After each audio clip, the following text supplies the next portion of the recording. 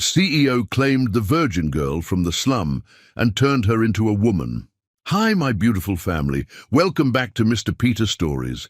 How are you today, my sweet, amazing, and absolutely cherished people? I thank God for your lives every single day.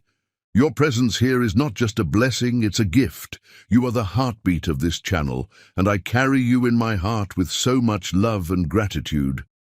Before we begin our story, let me lift you up with a prayer straight from my soul. May your days be wrapped in comfort, may your nights be filled with restful peace, and may the love you've poured into others come back to you 1,000-fold. May you never walk alone, because you are surrounded by love, mine and God's. My precious family, how are you enjoying this journey so far? I ask because your joy matters to me. Your comments, your kind words, they fill me with purpose. But I've also noticed something. Our likes have slowed down just a bit.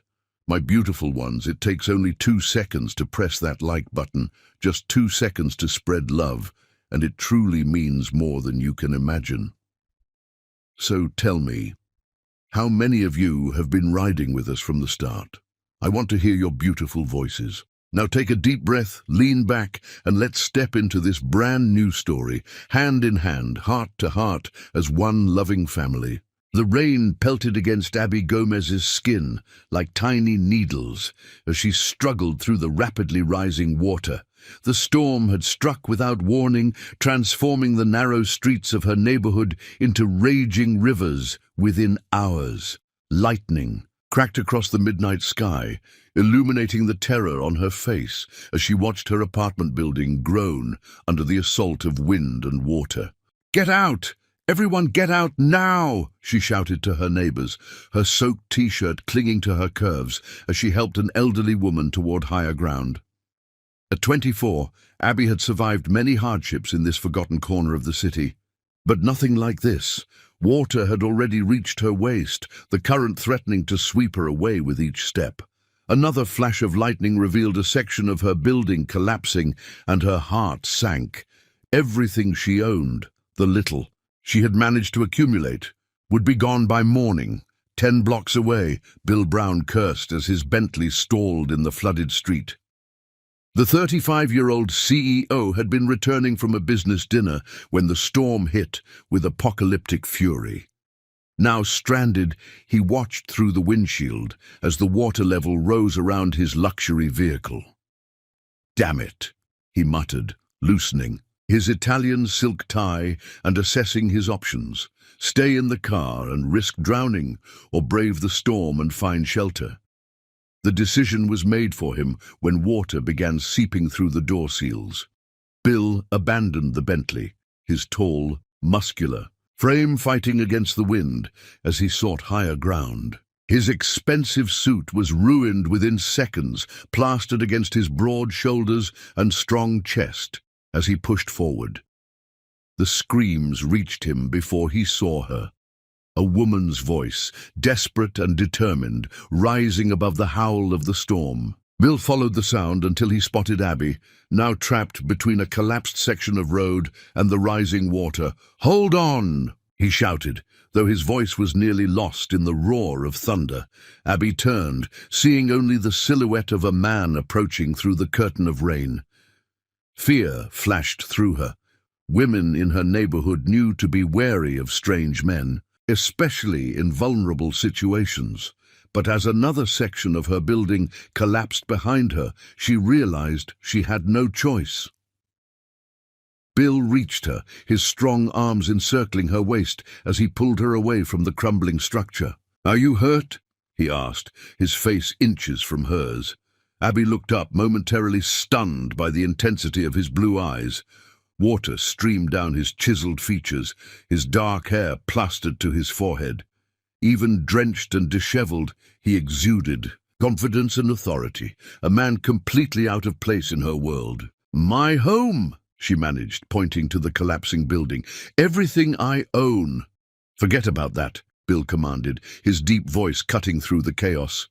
"We need shelter, now." The authority in his tone should have angered her.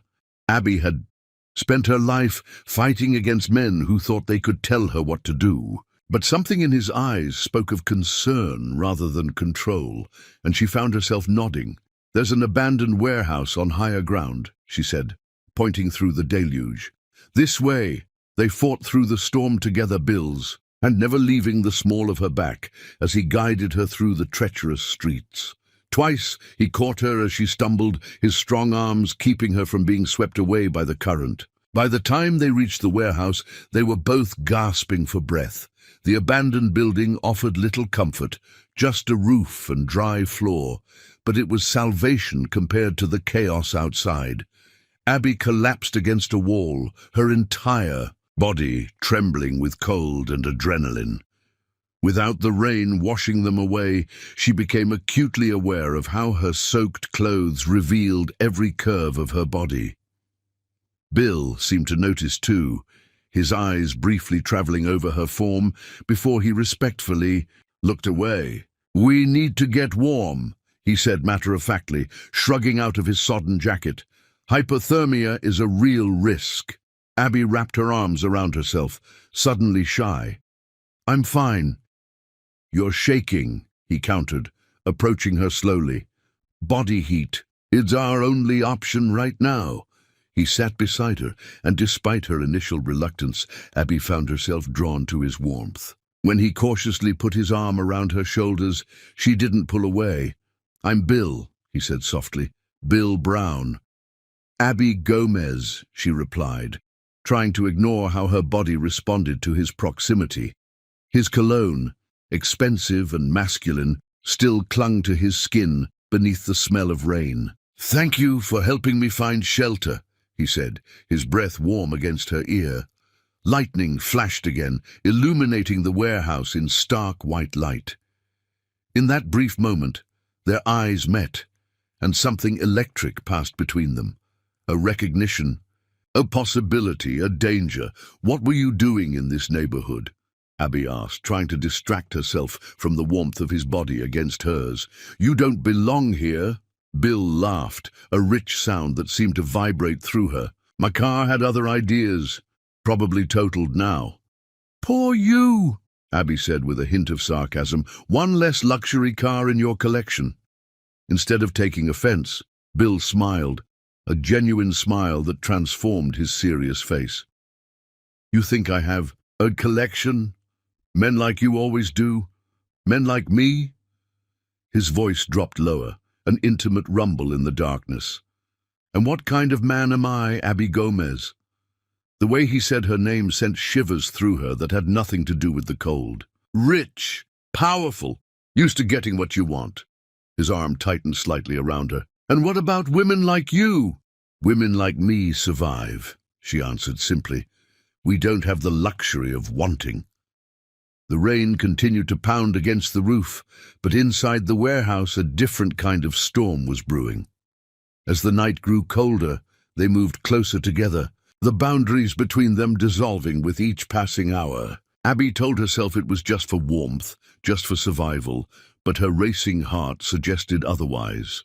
By dawn, they were entwined in a way that went beyond mere necessity, her head resting on his chest, his arms wrapped protectively around her. They had talked through the night, sharing stories that surprised them both with their honesty. Bill spoke of the loneliness of success, while Abby revealed the daily struggles of her life in the slums. When morning light filtered through the broken windows, Abby looked up to find Bill watching her, his eyes dark with an emotion she couldn't name. "The storm's passed," she whispered, making no move to leave his embrace. "Has it?" Bill asked softly, his fingers gently brushing a strand of hair from her face. His touch lingered on her cheek, and Abby felt her breath catch. For one suspended moment, the world outside ceased to exist. There was only this warehouse, this man, this inexplicable connection that had formed in the midst of chaos. Then reality intruded. Sirens wailed in the distance, and the spell was broken. Abby pulled away first, suddenly aware of the impropriety of their position. "I should go check on my neighbors," she said, standing quickly. Bill rose too, his imposing height making the warehouse seem smaller. "Let me help." You've done enough, Abby replied, moving toward the door. I'm sure you have more important things to do than dig through mud with slum dwellers. His hand caught her wrist, gentle but insistent. I'll find you again, Abby Gomez. The promise in his voice should have frightened her. Instead, it sent a thrill of anticipation through her body, awakening feelings she'd never experienced before. Why would you want to? She challenged, though her racing pulse betrayed her. Bill stepped closer, his presence overwhelming her senses. Because some storms change everything, he said, his eyes holding hers captive, and I think this one just did. Chapter 2. Haunted by Desire. 3 days had passed since the storm, and Bill Brown couldn't shake the memory of Abby Gomez from his mind. Her image haunted him. Dark eyes flashing in the lightning, wet clothes clinging to curves that his hands itched to explore. The unexpected softness of her body against his as they shared warmth through the night. The connection they'd formed, in those desperate hours, felt more real than anything he'd experienced in years. Standing at the floor-to-ceiling windows of his penthouse office, Bill stared unseeing at the city skyline. The storm had left devastation in its wake, particularly in the poorer neighborhoods. He'd made a sizable donation to relief efforts, but his thoughts weren't on charity. They were fixated on finding her again. Mr. Brown, the board is waiting. His assistant's voice came through the intercom. Tell them to start without me, he replied, already reaching for his jacket. 40 minutes later, Bill's Range Rover pulled into Abby's neighborhood. The devastation was worse than he'd imagined. Buildings reduced to rubble, streets still flooded in places, people sorting through mud-soaked possessions. His luxury vehicle drew stares as he navigated the debris-filled streets. He found her exactly where his private investigator said she would be, at a makeshift community center, organizing food and supplies for displaced families. The sight of her took his breath away. Even in worn jeans and a simple t-shirt with her hair pulled back in a ponytail, she radiated a beauty that made his chest tighten. Abby looked up, freezing when she saw him. For a moment, they simply stared at each other across the crowded room, the air between them charged with unspoken tension. "Didn't expect to see you slumming it again," she said when he approached, though her eyes betrayed her attempt at nonchalance. "I said I'd find you." Bill's voice was low, meant only for her ears. "I keep my promises." A flush crept up her neck. "Why?" Instead of answering, Bill looked around at the chaos of the relief center. "Let me help," he said, removing his designer jacket and rolling up the sleeves of his custom shirt. For hours, they worked side by side, distributing supplies and clearing debris.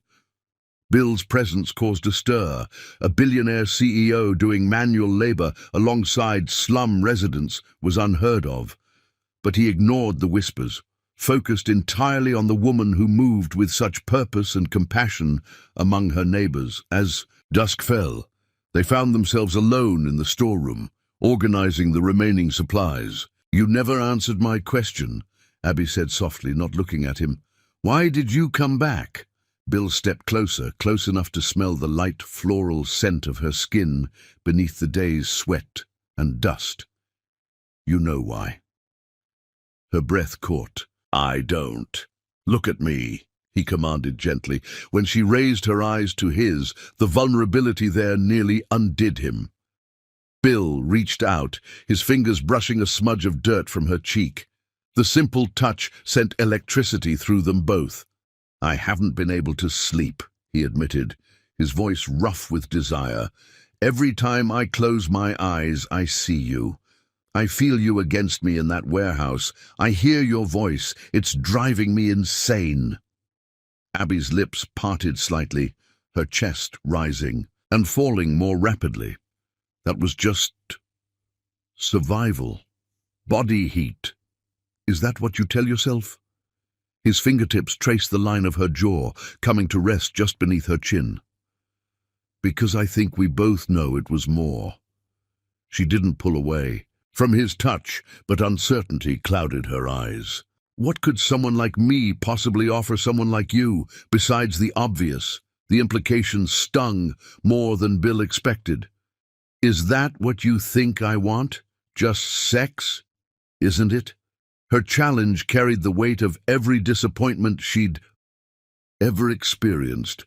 Bill dropped his hand, taking a step back to give her space. I want to offer you a job. The statement clearly caught her off guard. What? At Brown Enterprises, I did my research. You have a business degree from community college.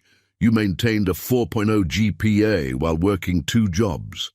Respect colored his tone. That kind of dedication is rare. Suspicion replaced surprise on Abby's face. You investigated me? I like to know who I'm dealing with, and what position do you have in mind for me? The double entendre wasn't lost on either of them. Bill's eyes darkened, but he kept his voice professional. Assistant manager in our community outreach department. The pay is good. Benefits include healthcare and housing allowance. Abby's expression shifted between disbelief and temptation. And what would be expected of me in return? Your skills, your time. Nothing more. He held her gaze steadily. Whatever happens between us personally would be entirely separate. She laughed, the sound both bitter and warm. You expect me to believe that? I expect you to make your own choices. Bill reached into his pocket, extracting a business card. Interview tomorrow at 10. Come or don't. Either way, I'll continue supporting the relief efforts here. He placed the card on a nearby shelf and turned to leave, though every fiber of his being screamed to stay, to pull her into his arms and claim the mouth that had been tormenting his dreams. Why are you really doing this? Abby called after him, her voice small in the dimly lit room. Bill paused in the doorway, his broad shoulders silhouetted against the fading light. Because some people are worth pursuing, Abby Gomez. And I think you might be one of them. The next morning, Abby stood outside the imposing glass tower of Brown Enterprises, her heart pounding. She'd spent hours agonizing over the decision, ultimately borrowing a formal skirt and blouse from a friend. The clothes were slightly too large, but it was the best she could manage. The receptionist's eyes widened slightly at Abby's appearance, but directed her to the executive elevator with cool professionalism. As the floors ticked by, Abby's resolve wavered. What was she doing here? This wasn't her world. The elevator doors opened directly into Bill's office, a vast space of glass and steel with panoramic views of the city. And there he was, standing behind his desk, looking devastatingly handsome in a tailored grey suit. The sight of him sent a wave of heat through her body, memories of their night in the warehouse flooding back with vivid intensity. "You came," he said, a smile playing at the corners of his mouth. "I need the job," Abby replied, lifting her chin defiantly. "Nothing more." Bill motioned to the chair across from his desk. "Of course. Shall we begin the interview?" For the next hour, he questioned her about her education, experience, and ideas for community development. The conversation was entirely professional, but the undercurrent of attraction between them made every moment charged with tension. Whenever their eyes met, Abby felt a pull low in her belly, an ache she'd never experienced before. "Your qualifications are impressive," Bill concluded, setting aside his notes. "There's just one more thing I need to know." "What's that?" Abby asked, suddenly nervous under his intense gaze. Bill stood, circling the desk to lean against it directly in front of her. His proximity made her pulse race. "Why did you really come today?" The question hung between them, loaded with implications. Abby rose from her chair, needing to feel on equal footing. The movement brought her closer to him, too close. She could smell his cologne, could almost feel the heat radiating from his body. "I told you, I need the job." "Look me in the eye and tell me that's the only reason." Abby met his gaze, intending to repeat her claim, but the words died in her throat. Desire in his eyes mirrored her own, making lies impossible. "I can't stop thinking about you either," she admitted, her voice barely above a whisper. "About that night. The way you held me." Bill's hand moved to cover hers where it rested on the desk, the simple contact sending shivers up her arm. His fingers entwined with hers, thumb stroking her palm in slow, sensual circles. "I want to be clear about something," he said, his voice husky with restraint. "You have the job regardless of what happens next. Your professional future is not contingent on your personal choices. Do you understand?" Abby nodded, her throat dry with anticipation. "Good." Bill's free hand reached up to tuck a strand of hair behind her ear, the gesture unbearably intimate. "Because I very much want to kiss you right now." The confession broke, something open inside her. With a courage born of pure desire, Abby leaned forward, closing the distance between them. "Then do it." His lips claimed hers with controlled passion, the kiss starting gentle but quickly deepening as 3 days of pent-up longing erupted between them. Bill's strong arms encircled her waist, drawing her between his parted legs as he remained perched on the desk. Abby's hands found their way to his chest, feeling the rapid beat of his heart beneath expensive fabric.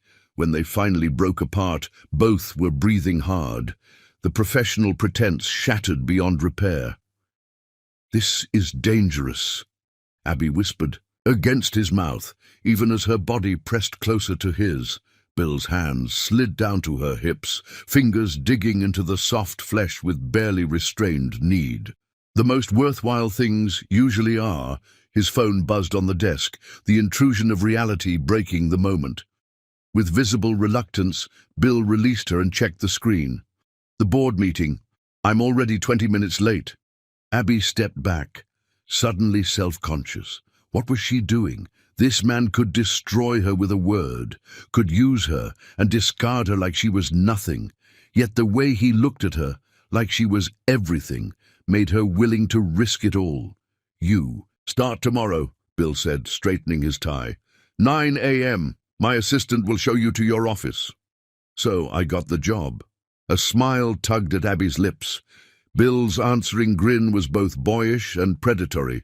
"You got much more than that, Abby Gomez. You got my full attention."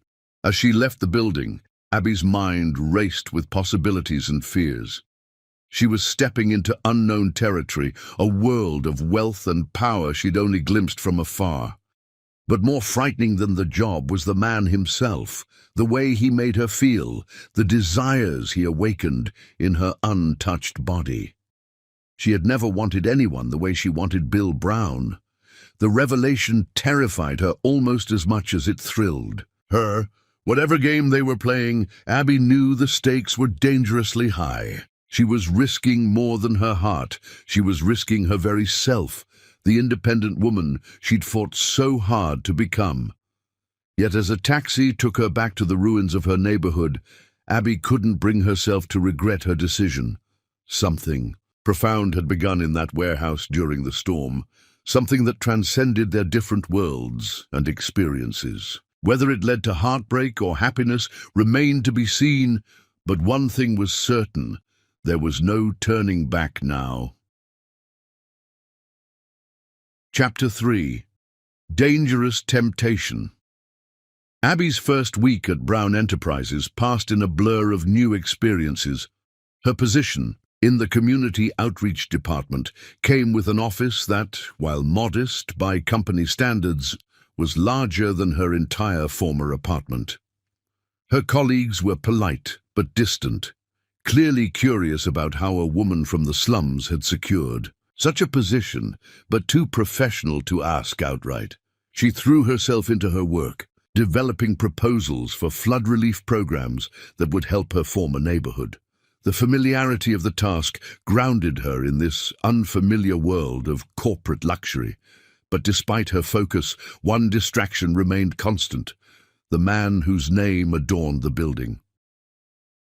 Bill had kept his distance since their kiss in his office, their interactions limited to brief, professional exchanges during department meetings. Yet Abby felt his eyes on her whenever they were in the same room, his gaze a tangible caress that left her skin burning and her breath shallow. The restraint he showed only intensified her desire, making her imagine what would happen when that control finally broke. Tonight, she was working late, determined to finish a proposal due the next morning. The office was nearly empty, most employees having left hours ago. The solitude suited her, no curious stares, no whispers following her through the hallways. When her computer screen suddenly went black, Abby thought it was a technical glitch until she realized the overhead lights had also died. The backup generators kicked in seconds later, providing dim emergency lighting that cast eerie shadows across her office. "Perfect," she muttered, saving her work before powering down her computer. It was nearly midnight anyway. Perhaps this was a sign to call it a day. As she gathered her belongings, her office phone rang, startling her in the silence. "Abby Gomez," she answered cautiously. "It's Bill." His deep voice sent an immediate wave of heat through her body. "Are you still in the building?" "Yes, just finishing up. The storm knocked out power to several blocks. The elevators are down." He paused. "Do you know where the emergency stairs are? I can find them. I'm on my way to you. Stay put." Before she could protest, the line went dead. Abby's heart raced at the thought of seeing him alone, away from the professional barriers they'd maintained all week. Part of her wanted to leave before he arrived, to avoid the temptation he represented. But a stronger part, a part she barely recognized, wanted nothing more than to be found by him in the darkened building. She heard his footsteps before she saw him, the confident stride unmistakable even in the dim hallway. When he appeared, in her doorway, Abby's breath caught. He'd shed his suit jacket, his white shirt unbuttoned at the collar, and sleeves rolled up to reveal strong forearms. The emergency lights cast shadows across his chiseled features, making him look dangerous and unbearably sexy. "You should have gone home hours ago," Bill said, leaning against the doorframe. His casual pose couldn't hide the tension in his body, the restraint that seemed to vibrate in the air between them. "I wanted to finish the flood relief proposal." Abby stood, suddenly aware of how alone they truly were. "The stairs?" Bill nodded, stepping aside to let her pass. The narrow hallway forced her to brush against him, the brief contact sending electricity through her veins. He placed his hand at the small of her back as they walked, the gesture both protective and possessive. "How are you settling in?" he asked, his voice low and intimate in the darkened corridor. "Well enough. The work is fulfilling." "And the rumors? I'm sure they're circulating." Abby tensed. "Nothing I can't handle." His hand on her back pressed slightly firmer. "Tell me," she sighed. "The usual assumptions. That I'm sleeping with the boss. That I didn't earn my position." Bill stopped walking, turning Abby to face him. In the dim light, his eyes were dark with barely controlled emotion. "Does it bother you? What they think?" "Does it bother you?" she countered. His hand moved from her back to her face, fingers tracing her cheekbone with exquisite gentleness. "The only thing that bothers me is staying away from you. It's been torture, Abby, seeing you every day, wanting you, remembering how you felt in my arms." The raw honesty in his voice undid her. Abby leaned into his touch, all pretense of professionalism forgotten. "Then why did you?" "Because I needed you to know it wasn't about the job, that what's between us is separate from work." His thumb brushed across her lower lip, making her shiver. "I needed you to be sure." They reached the elevator bank, finding it dark and silent. Bill pressed the button anyway, a futile gesture that made Abby smile despite the tension between them. "Force of habit," he said with a rueful grin. A distant crack of thunder reminded them of the storm outside, of the night they'd met. The parallel wasn't lost on either of them. "Another storm," Abby murmured, looking up at him through her lashes. Bill's expression darkened with desire. I've been in one since I met you." The emergency lights flickered and then went out completely, plunging them into total darkness. Abby gasped, instinctively reaching out. Her hands found Bill's chest, his heart pounding beneath her palms. His arms encircled her waist, drawing her against him. "I've got you," he whispered, his breath warm against her ear. In the darkness, every sensation was magnified, the solid strength of his body, the heat radiating between them, the subtle scent of his cologne mixed with something more primal, more male. Abby's hands slid up to his shoulders, feeling the coiled tension in his muscles. "Bill," she breathed, her voice scarcely more than a whisper. He responded by capturing her mouth with his, the kiss instantly deep and consuming. Gone was the controlled passion of their first kiss in his office. This was raw, primal need, a week of restraint shattered in an instant of darkness. Abby moaned against his lips, her body arching into his. Bill's hands slid down to grip her hips, lifting her slightly, as he backed her against the wall beside the elevator. The solid surface behind her provided leverage as she wrapped her arms around his neck, threading her fingers through his hair.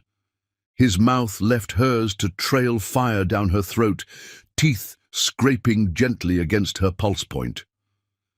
Abby gasped, her head falling back to give him better access. One of Bill's hands moved to cup her breast through her blouse, his thumb circling her hardened nipple with devastating precision. "You're so responsive," he growled against her skin. "So perfect." The praise emboldened her. Abby's hands moved to the buttons of his shirt, fumbling in the darkness to undo them. When her fingers finally made contact with the hot skin of his chest, they both shuddered. Bill was all hard muscle and smooth skin, his body honed by regular workouts that were evident in each defined plane she explored. "I've dreamed of your hands on me," he confessed, his voice rough with desire. "Every night since the warehouse." The elevator doors suddenly slid open, the car's emergency lighting spilling out to illuminate them in their passionate embrace. For a moment, they froze, blinking in the unexpected light. Bill looked down at Abby, her lips swollen from his kisses, her blouse partially unbuttoned, her eyes wide with desire and surprise. The sight seemed to inflame him further. Without warning, he pulled her into the elevator, his movements urgent and decisive.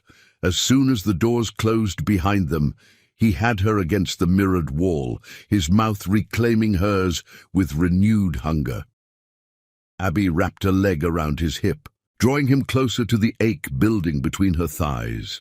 The hardness of his arousal pressed against her core, making her gasp into his mouth.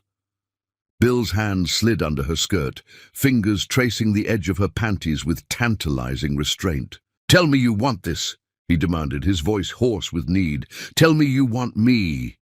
"I want you," Abby admitted, the confession both surrender and victory. "I have since that first night." His fingers slipped beneath the silk barrier, finding her wet and ready for him. Abby cried out at the intimate touch, her hips bucking involuntarily. Bill watched her face as he stroked her, his eyes intense with male satisfaction, as he discovered what made her gasp and moan. "So responsive," he murmured, his voice almost reverent, "so beautifully honest in your desire." Abby had never experienced anything like the sensations rolling through her body. Previous boyfriends had been fumbling and selfish, more concerned with their own pleasure than hers. But Bill touched her with the confidence of a man who knew exactly how to please a woman, his skilled fingers bringing her closer and closer to the edge. Just as the first tremors of release began to build within, the elevator jerked and the main lights came on with blinding brightness. The sudden illumination and movement startled them both. Bill withdrew his hand, steadying Abby as the elevator began to descend. Reality crashed back with brutal force. What was she doing? Letting her boss touch her in an elevator? What kind of woman did that make her? Shame and confusion washed over her, cooling the heat of passion. She stepped away from Bill, straightening her clothing with trembling hands. "Abby," Bill said softly, reaching for her. She shook her head, avoiding his eyes. This was a mistake. The elevator reached the lobby, the doors sliding open to reveal the empty reception area. Abby rushed out, needing escape, needing space to think. "Abby, wait!" Bill called after her, his voice echoing in the marble lobby. She paused, not turning. Around. I can't do this. I can't be what they think I am. The slum girl sleeping her way to the top. Bill closed the distance between them, gently turning her to face him. To her surprise, there was no anger in his expression, only understanding, and something deeper, something that made her heart clench painfully in her chest. "Is that what you think I want? Just sex? A convenient body?" His hands cradled her face, forcing her to meet his gaze. "Because if that's all I wanted, Abby, there are 1,000 women in this city who would be much less complicated choices than you." A tear slipped down her cheek. "Then what do you want from me?" Bill wiped the tear away with his thumb, his touch unbearably tender. "Everything," he said simply. "I want all of you. Your mind, your passion, your strength. The way you challenge me, the way you see through the wealth and power to the man beneath." His words struck something deep within her, something that recognized their truth. This connection between them transcended physical desire, transcended their different worlds. "I'm scared," she admitted, vulnerability bleeding into her voice. "I've never felt like this before." Bill's expression softened. "Neither have I, and that terrifies me more than you know." The confession from this powerful man, this titan of industry who controlled a business empire with iron determination, touched Abby profoundly. The storm continued to rage outside, rain lashing against the glass facade of the building, but inside, something shifted between them, a recognition of mutual vulnerability, of shared fear and desire. "We should take this slowly," Abby said, though her body still thrummed with unfulfilled need. Bill nodded, though the hunger in his eyes remained undiminished. "I'll have my driver take you home." "I don't actually have a home right now," she reminded him with a small smile. "The flood, remember?" He ran a hand through his hair, frustration evident in the gesture. "Where have you been staying?" "A shelter set up at the community center." "It's fine, really." Something flashed in Bill's eyes, determination, possessiveness, concern. "No, that won't do." "I don't need your charity," Abby said, pride stiffening her spine. "It's not charity." His voice left no room for argument. "It's me looking after, someone I care about. I have a guest apartment in my building. It's yours until you find something suitable." Abby wanted to refuse, to maintain her independence. But the thought of another night on a cot in the crowded shelter, after the day's emotional roller coaster, was too much to bear. "Just until I find my own place," she conceded, "and I'll pay rent." Bill's smile was both triumphant and tender. "We'll discuss terms later." As his private car carried them through the stormy night, Abby wondered if she was making another mistake. Moving into Bill's building, accepting his help, would only deepen her connection to him, would only make it harder to maintain professional boundaries. But as she glanced at his profile, strong and handsome in the passing streetlights, she knew it was already too late for caution. Whatever was happening between them had begun that first night in the warehouse and had only grown stronger despite their attempts to contain it. The storm outside mirrored the one within her, powerful, unpredictable, and impossible to escape. All she could do now was weather it and hope she emerged stronger on the other side. What she couldn't know, as the car pulled up to Bill's luxury high-rise, was that the most dangerous tempest was yet to come. Chapter 4. Surrender. 2 weeks had passed since Abby moved into the guest apartment in Bill's building. 2 weeks of focused work during the day and restless dreams at night. The apartment was luxurious beyond anything she'd ever experienced. Spacious rooms with plush furnishings, a kitchen stocked with everything she could need, floor-to-ceiling windows offering a panoramic view of the city that had once seemed so unattainable. But the luxury paled in comparison to the torment of knowing Bill was just floors above her, separated by mere distance and the fragile boundaries they'd established after that night in the elevator. They'd maintained professional decorum at work, their interactions cordial and appropriate, yet Abby felt his gaze like a physical caress. Whenever they were in the same room, the heat of it making her skin flush and her pulse race. Tonight would test those boundaries. Bill had invited her to accompany him to the annual charity gala benefiting inner-city education, a major social event that would put them firmly in the public eye together. Abby had agreed, telling herself it was a professional opportunity to network for her community outreach projects. But the dress hanging on her closet door suggested otherwise. The gown had arrived that morning, a stunning creation of midnight blue silk that shimmered like captured starlight. The note accompanying it was simple: something worthy of your beauty. B. Now, as she slipped the dress over her head, Abby could hardly recognize the woman in the mirror. The gown hugged her curves perfectly, the color making her brown skin glow. The neckline dipped low enough to be alluring without being inappropriate, while the back plunged daringly, exposing the elegant line of her spine. A knock at the door startled her from her reflection. Taking a deep breath, she crossed the apartment and opened it to find Bill standing in the hallway, devastatingly handsome in a black tuxedo that accentuated his broad shoulders and tall frame. For a moment, he simply stared, his eyes darkening as they traveled from her face down the length of her body and back up again. "You are magnificent," he finally said, his voice rough with appreciation. Abby's cheeks warmed under his intense gaze. "The dress is beautiful." "Thank you." "It's not the dress." Bill stepped closer, close enough that she could smell his cologne, an intoxicating blend of sandalwood and something uniquely him. "It's the woman wearing it." The compliment thrilled her, despite her attempts to maintain emotional distance. This was dangerous territory. Being seen publicly with him would only fuel the workplace rumors, would only deepen her vulnerability to a man who could shatter her world with a word.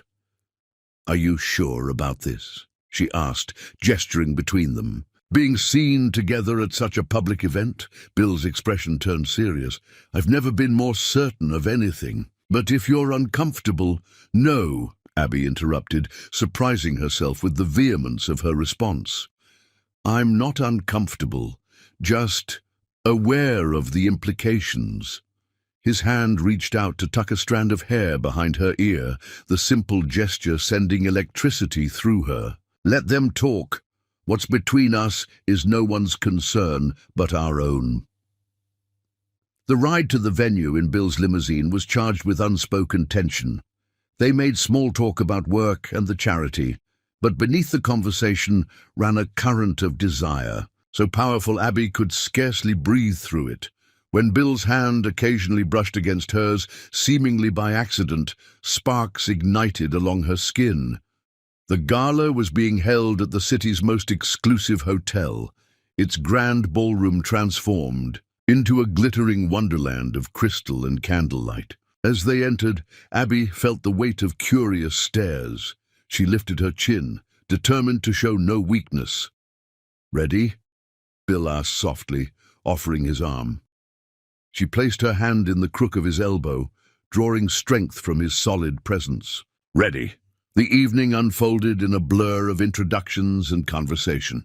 Bill kept her close, his hand resting possessively at the small of her back as he introduced her to business associates, politicians, and socialites. To Abby's surprise, he presented her not as his employee, but as the architect of Brown Enterprises, innovative new community outreach programs, speaking of her work with genuine respect and admiration. "You're making quite an impression," he murmured during a rare moment alone as they stood on the balcony overlooking the hotel's gardens. The mayor is particularly interested in your flood relief proposals. Abby smiled, warmed by his praise. And the respect she'd been shown. I'm just glad people are taking these issues seriously. That neighborhood, my neighborhood, has been ignored for too long. Bill studied her face in the moonlight, his eyes soft with an emotion she couldn't quite name. You're remarkable, you know that. Most people in your position would be focused on climbing the social ladder, on leaving their past behind, but you're still fighting for the community that shaped you. The observation touched her deeply. I can't forget where I came from. Those people matter to me, and you matter to me, Bill said, his voice dropping to an intimate rumble. More than I ever expected. The admission hung between them, heavy with implications. Abby's heart raced as Bill stepped closer, one hand coming up to cup her cheek. They were partially hidden from the ballroom by gauzy curtains, but still visible enough that his gesture would be noted by watchful eyes. Bill, people will see, she whispered, even as she leaned into his touch. Good. His thumb traced her lower lip, sending shivers down her spine. Let them see that I'm captivated by the most beautiful, most intelligent woman in the room. Before she could respond, they were interrupted by a server offering champagne. The moment broken, they rejoined the gala, though the electric awareness between them only intensified as the evening progressed. It was past midnight when they finally left, both slightly lightheaded from champagne and mutual desire. In the privacy of the limousine, Bill's reserve cracked slightly, his hand finding hers in the darkness, fingers entwining with an intimacy that felt more profound than any kiss. Come up to my penthouse, he said as they approached their building. For a nightcap. The invitation carried unmistakable intent. Abby knew if she accepted, their relationship would irrevocably change. The boundaries they'd carefully maintained would collapse, leaving her vulnerable in ways she'd never allowed before. Yes, she heard herself say, the single word carrying the weight of surrender. Bill's penthouse occupied the top 2 floors of the building, a stunning expanse of glass and modern design that took Abby's breath away. But she hardly noticed the luxury surrounding them, her attention fixed entirely on the man, watching her with naked hunger in his eyes. He moved to a bar in the corner, pouring 2 glasses of amber liquid. Cognac, he explained, handing one to her. Too fine to rush. Abby accepted the glass, their fingers brushing in a contact that sent electricity arcing between them. She took a sip, the liquid burning a path down her throat, warming her from within. Tell me something I don't know about you, Bill said, his voice low and intimate as he guided her to a plush sofa overlooking the city lights. The question caught her off guard. She had expected him to touch her, to kiss her, not to continue the getting-to-know-you conversation from the gala. But his eyes held genuine interest, and Abby found herself wanting to share parts of herself she usually kept hidden. I write poetry, she admitted. Nothing good enough to publish, but it helps me process things, especially after my mother died. Bill's expression softened. How old were you? 16, cancer. The pain had dulled over the years but never truly disappeared. She was a domestic worker, cleaned houses in the wealthy neighborhoods, worked herself to exhaustion to keep me in school. Abby took another sip of cognac. She never got to see me graduate college. She would be immensely proud of the woman. You've become, Bill said with quiet certainty. The simple validation brought unexpected tears to Abby's eyes. What about you? Tell me something I don't know about the great Bill Brown. A shadow crossed his face. I was abandoned as a child, left at a fire station when I was about 2. No note, no identification. Abby's heart constricted at the thought of him as a vulnerable child, unwanted and alone. I'm so sorry. I grew up in the system. Some foster homes better than others. His voice was detached, as if recounting someone else's life. When I was 17, I told my social worker I wouldn't be going to another placement. I got a job, lived in a shelter until I could afford a room, put myself through college on scholarships and working 3 jobs. The revelation shattered Abby's preconceptions about him. She had assumed he came from privilege, that his success was built on inherited advantages. "So when you found me in the storm that night," she began, understanding dawning, "I knew exactly what it felt like to lose everything." He finished for her. "To have your life washed away in an instant." The connection between them deepened. With this shared understanding, Abby set down her glass and moved closer to him on the sofa, her hand coming up to touch his face. "We're not so different after all," she whispered. Bill's eyes darkened at her touch. "No, we're not." The air between them charged with electricity. Bill leaned forward, his lips capturing hers in a kiss that started gentle but quickly blazed into something more urgent. His arms encircled her waist, drawing her onto his lap so that she straddled him, the silk of her gown sliding sensuously against his tuxedo pants.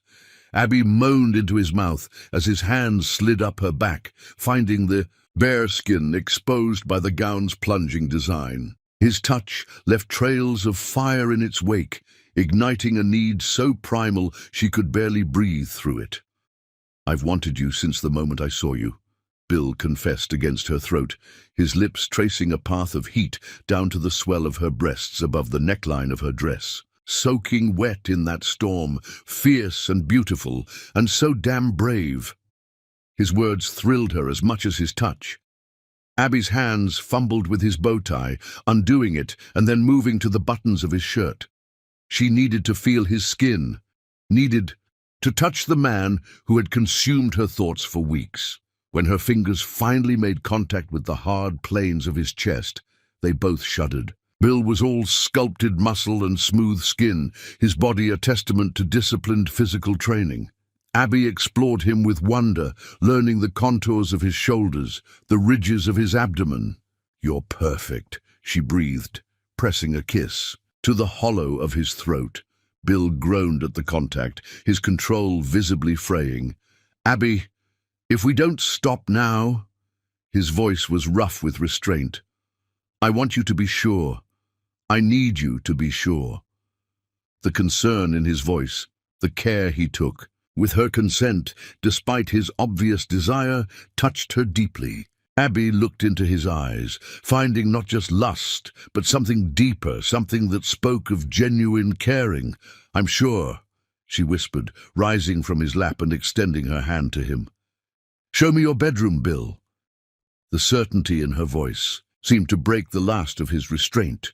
Bill stood, sweeping her into his arms in a gesture both romantic and possessive. Abby gasped in surprise, her arms automatically winding around his neck as he carried her through the penthouse to a spacious bedroom dominated by a massive bed.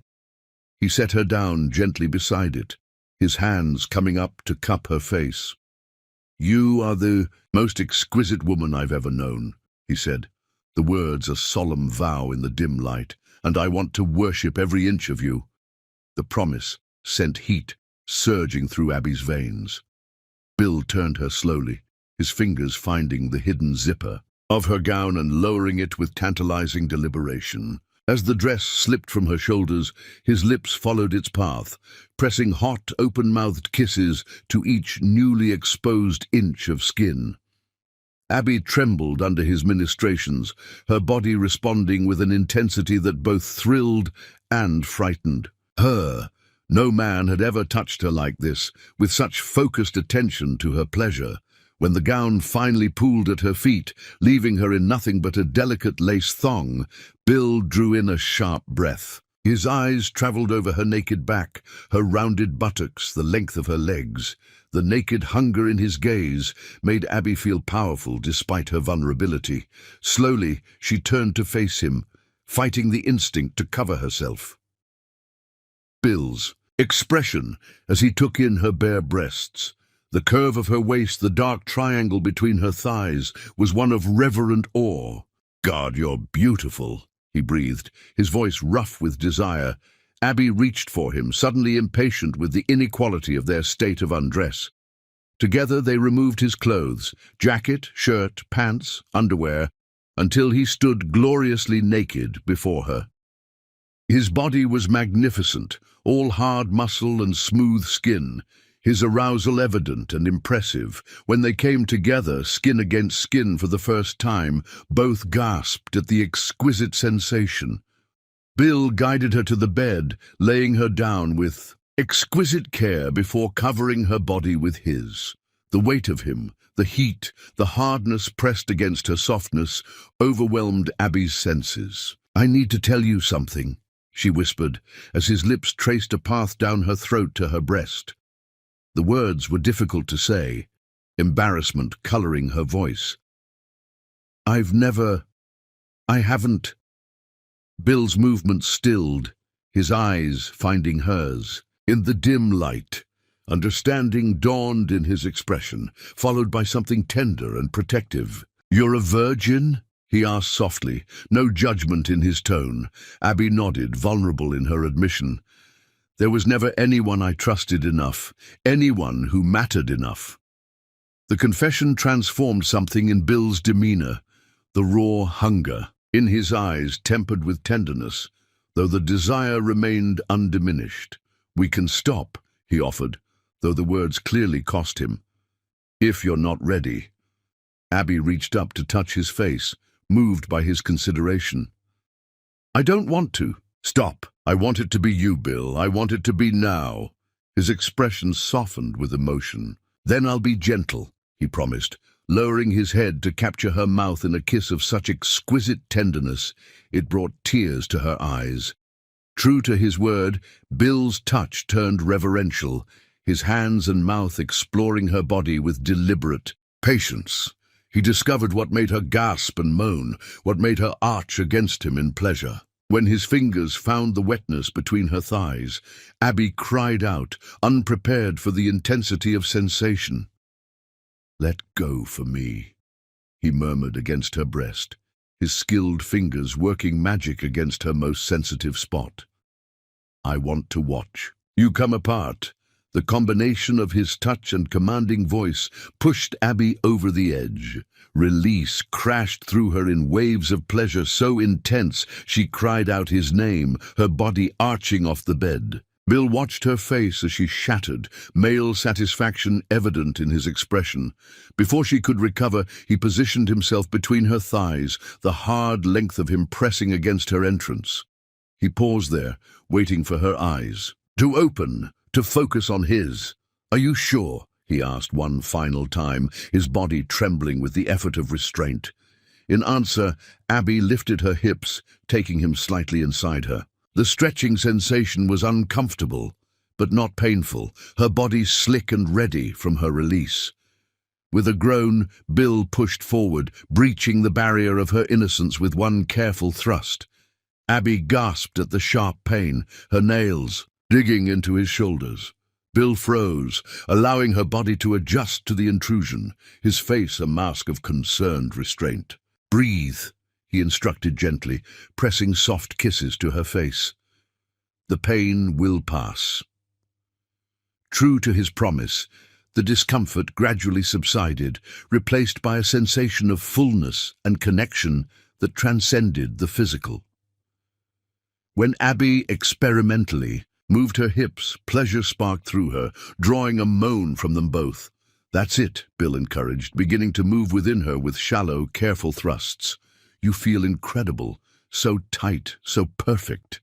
His praise emboldened her. Abby wrapped her legs around his waist, drawing him deeper, matching his rhythm with instinctive grace. The discomfort faded entirely, replaced by waves of pleasure that built with each movement. "Bill," she gasped, clinging to him as the sensations intensified. He increased his pace slightly, still mindful of her inexperience, but unable to maintain complete restraint. "Let go again," he commanded, his voice hoarse with need. "Come for me, Abby." The deep timbre of his voice, combined with the exquisite friction of their bodies, pushed her toward another peak. This time, when release claimed her, Bill followed, her name a reverent chant on his lips as he found his own completion. Afterward, he gathered her close, his strong arms a protective cocoon around her sensitized body. Abby nestled against his chest, feeling fundamentally changed. No longer just Abby Gomez from the slums, but a woman who had been claimed, cherished, transformed by passion. "Are you all right?" Bill asked, concern evident in his voice as he smoothed her hair from her face. Abby nodded, too overcome with emotion to speak. She had given him something precious, something irreplaceable. In return, he had shown her a pleasure she hadn't known existed, had treated her with a tenderness that spoke of feelings beyond mere desire. "I've never felt so close to anyone," she admitted softly, vulnerability bleeding into her voice. "Is it always like this?" Bill's arms tightened around her. "No," he said with quiet certainty. "What's between us is rare, Abby. Special." The conviction in his voice soothed something in her soul. This wasn't just sex to him, wasn't just the conquest of a virgin from the slums. What they had shared transcended class and background, spoke to a connection neither had expected to. Vined outside, the city glittered like fallen stars, oblivious to the transformation occurring in the penthouse above. Rain began to fall again, pattering against the windows, a gentler echo of the storm that had first brought them together. "Stay with me tonight," Bill murmured against her hair, the request holding none of his usual commanding tone. This was a question, almost a plea. Abby lifted her head to look into his eyes, finding vulnerability there that matched her own. "I'll stay," she promised, sealing the words with a kiss that held the promise of more to come. As sleep claimed them, tangled, in each other's arms. Neither could know that the night's surrender was just the beginning, that the greatest storms, both within and without, still lay ahead. Chapter 5. The Awakening. Sunlight streamed through the floor-to-ceiling windows of Bill's penthouse, bathing the room in golden warmth. Abby stirred, momentarily disoriented by the unfamiliar surroundings, until memories of the previous night flooded back, the charity gala, the intimate revelations, and then her body flushed with heat as she recalled how Bill had claimed her. Innocence, with exquisite care and passion. She turned to find him watching her, his blue eyes intense with an emotion that made her breath catch. How long had he been awake, just looking at her? The thought sent a thrill through her body. "Good morning," he said, his voice rough with sleep and something more primal. "How do you feel?" The question held genuine concern. Abby took a moment to assess her body.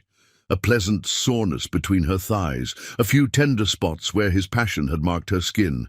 "Changed," she answered honestly. "Like I'm not quite the same person I was yesterday." Bill reached out, his fingers tracing the curve of her shoulder with reverent gentleness. "Do you regret it?" "No," Abby said without hesitation, surprising herself with the certainty. "I've never felt so connected to anyone." Relief softened his features. "Neither have I." The admission seemed to cost him something. A man accustomed to keeping his emotions closely guarded, he leaned forward, capturing her lips in a kiss that started gentle but quickly ignited into something more heated. Abby responded eagerly, her body already learning to crave his touch. When his hand slipped beneath the sheet to caress her breast, she gasped into his mouth. Still sensitive, he murmured against her lips, his thumb brushing over her hardened nipple with deliberate pressure. "Yes," she breathed, arching into his touch. Bill's mouth replaced his hand, drawing her nipple between his lips with gentle suction that sent shockwaves of pleasure through her body. Abby threaded her fingers through his hair, holding him to her breast as he lavished attention on first one and then the other. "I want to taste all of you," he said, his voice a rough caress as he began to move lower, trailing kisses down her stomach. Abby tensed slightly as she realized his intent.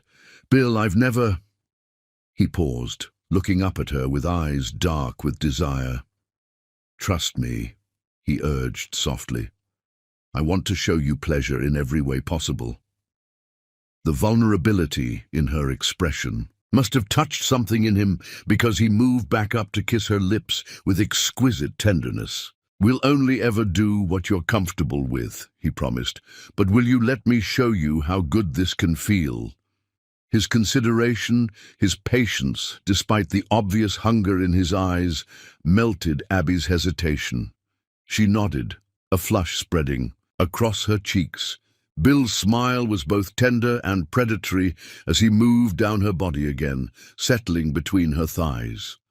The first touch of his mouth against her most intimate place drew a startled cry from Abby's lips. Nothing had prepared her for the intense pleasure of his skilled tongue, exploring her folds, finding and focusing on the sensitive bundle of nerves at her center. "Bill!" she gasped, her hands fisting in the sheets as sensation overwhelmed her. He looked up, his eyes meeting hers over the landscape of her body. "Watch me," he commanded softly. "I want you to see what drives me wild." The sight of him between her thighs, his powerful shoulders keeping her legs parted, his eyes locked on hers as he pleasured her with his mouth, was the most erotic thing Abby had ever experienced. When he slid one finger inside her still tender opening, the dual sensation pushed her rapidly toward climax. "That's it," he encouraged, his voice vibrating against her sensitive flesh. "Let go for me, beautiful." Release crashed over her with shocking intensity, her body bowing off the bed, as waves of pleasure radiated outward from where his mouth worked against her. Bill didn't relent, drawing out her orgasm until she was trembling and incoherent, pleading with him to stop and never stop at the same time. Only when the last aftershocks had subsided did he move back up her body, his expression a mixture of male satisfaction and genuine tenderness. "You're so responsive," he said, brushing damp strands of hair from her face. "So beautifully uninhibited in your pleasure." Abby was still trying to catch her breath, her body humming with residual pleasure. "I didn't know it could be like that," she admitted, wonder coloring her voice. Bill's smile was both proud and hungry. "That's just the beginning of what we can experience together." His arousal pressed hard against her thigh, evidence of his own need. Emboldened by the intimacy they'd shared, Abby reached between them to touch him, her inexperienced hand wrapping around his length with tentative curiosity. Bill's sharp intake of breath encouraged her. "Show me how to please you," she whispered, her eyes meeting his with determination. Something primal flashed in his gaze. "Your touch alone pleases me beyond words," he said, his voice strained as her hand moved experimentally along his shaft. "But I can show you what drives me crazy." He guided her hand, showing her the pressure and rhythm he preferred. Abby was a quick study, thrilled by the power she held to reduce this powerful man to groans of pleasure. "Enough," Bill finally gasped, stilling her movements. "I want to be inside you again." He rolled onto his back, guiding Abby to straddle his hips. "This position gives you control," he explained, his hands steadying her waist. "You can set the pace, take me as deep as feels good for you." The consideration behind his choice touched her deeply. Biting her lip in concentration, Abby positioned herself over him, slowly sinking down onto his length. The angle was different from the previous night, allowing him to penetrate even deeper. She gasped as he filled her completely, the slight discomfort quickly giving way to pleasure. "That's it," Bill encouraged, his hands guiding her hips in a gentle rhythm. "You're perfect, so beautiful like this." Abby gained confidence with each movement, learning what brought them both the most pleasure. When she leaned forward slightly, changing the angle, stars exploded behind her eyelids. "Yes," Bill groaned, recognizing her reaction. "Right there. Chase that feeling."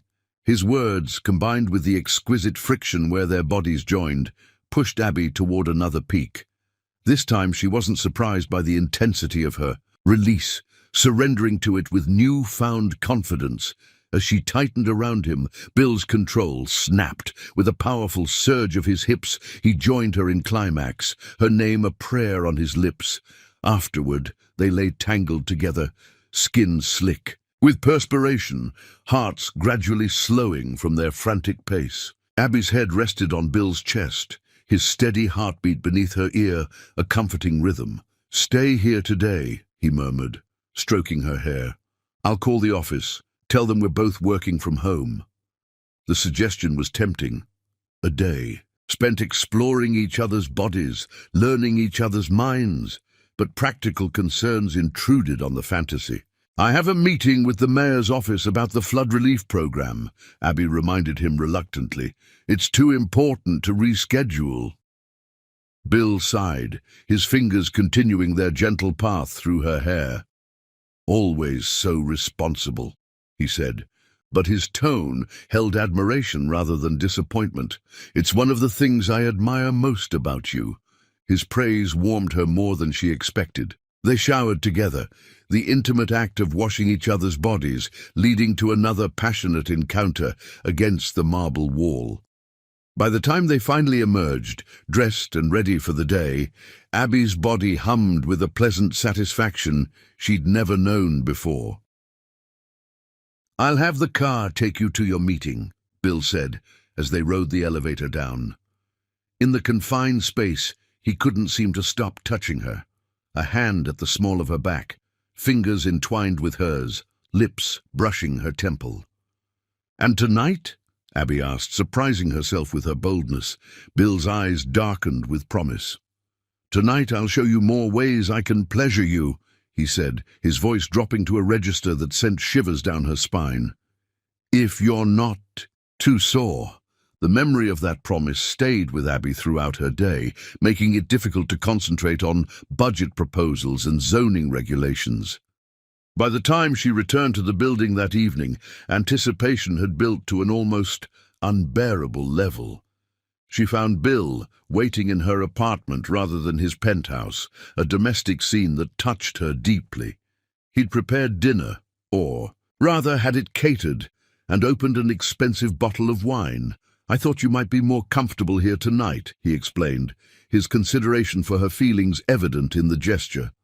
They ate together, discussing their respective days, the conversation flowing as easily as the wine. Yet beneath the normalcy ran an undercurrent of desire, building with each shared glance, each accidental touch.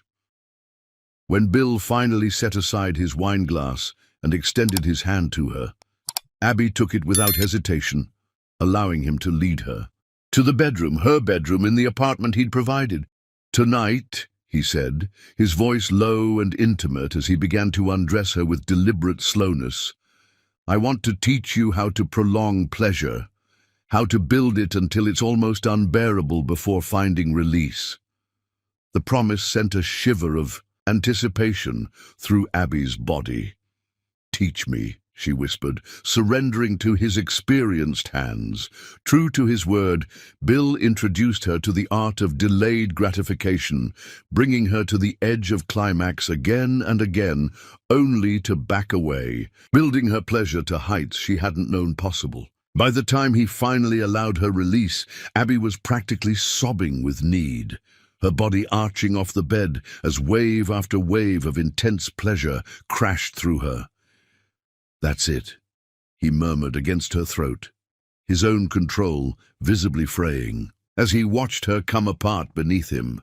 "You're so beautiful when you surrender to pleasure." The night became a journey of discovery as Bill guided Abby through an awakening that transcended mere physical sensation. He taught her the language of desire, how to communicate her needs, how to read his responses. With each new experience, each shared climax, the connection between them deepened, becoming something neither had anticipated when they'd first met during that violent storm. In the quiet aftermath, as they lay tangled in sheets damp with their passion, Abby traced the hard planes of Bill's chest with wondering fingers. "How many women have you been with?" she asked, the question emerging before she could censor it. Bill's hand stilled where it had been stroking her back. "Does it matter?" "I'm just curious," Abby said, though a part of her wanted reassurance that what they shared was as special to him as it was to her. He was silent for a long moment, his expression thoughtful in the dim light. "There have been others," he finally admitted, "but none that mattered. None that made me feel the way you do." The simple honesty in his voice soothed something in Abby's soul. She wasn't naive enough to believe a man like Bill, wealthy, powerful, devastatingly attractive, had lived a monastic life before meeting her. But the conviction that what they shared was unique to him, as well as to her, was profoundly reassuring. "What are we doing, Bill?" she asked softly, vulnerability bleeding into her voice. "What is this between us?" His arms tightened around her, drawing her closer against his solid warmth.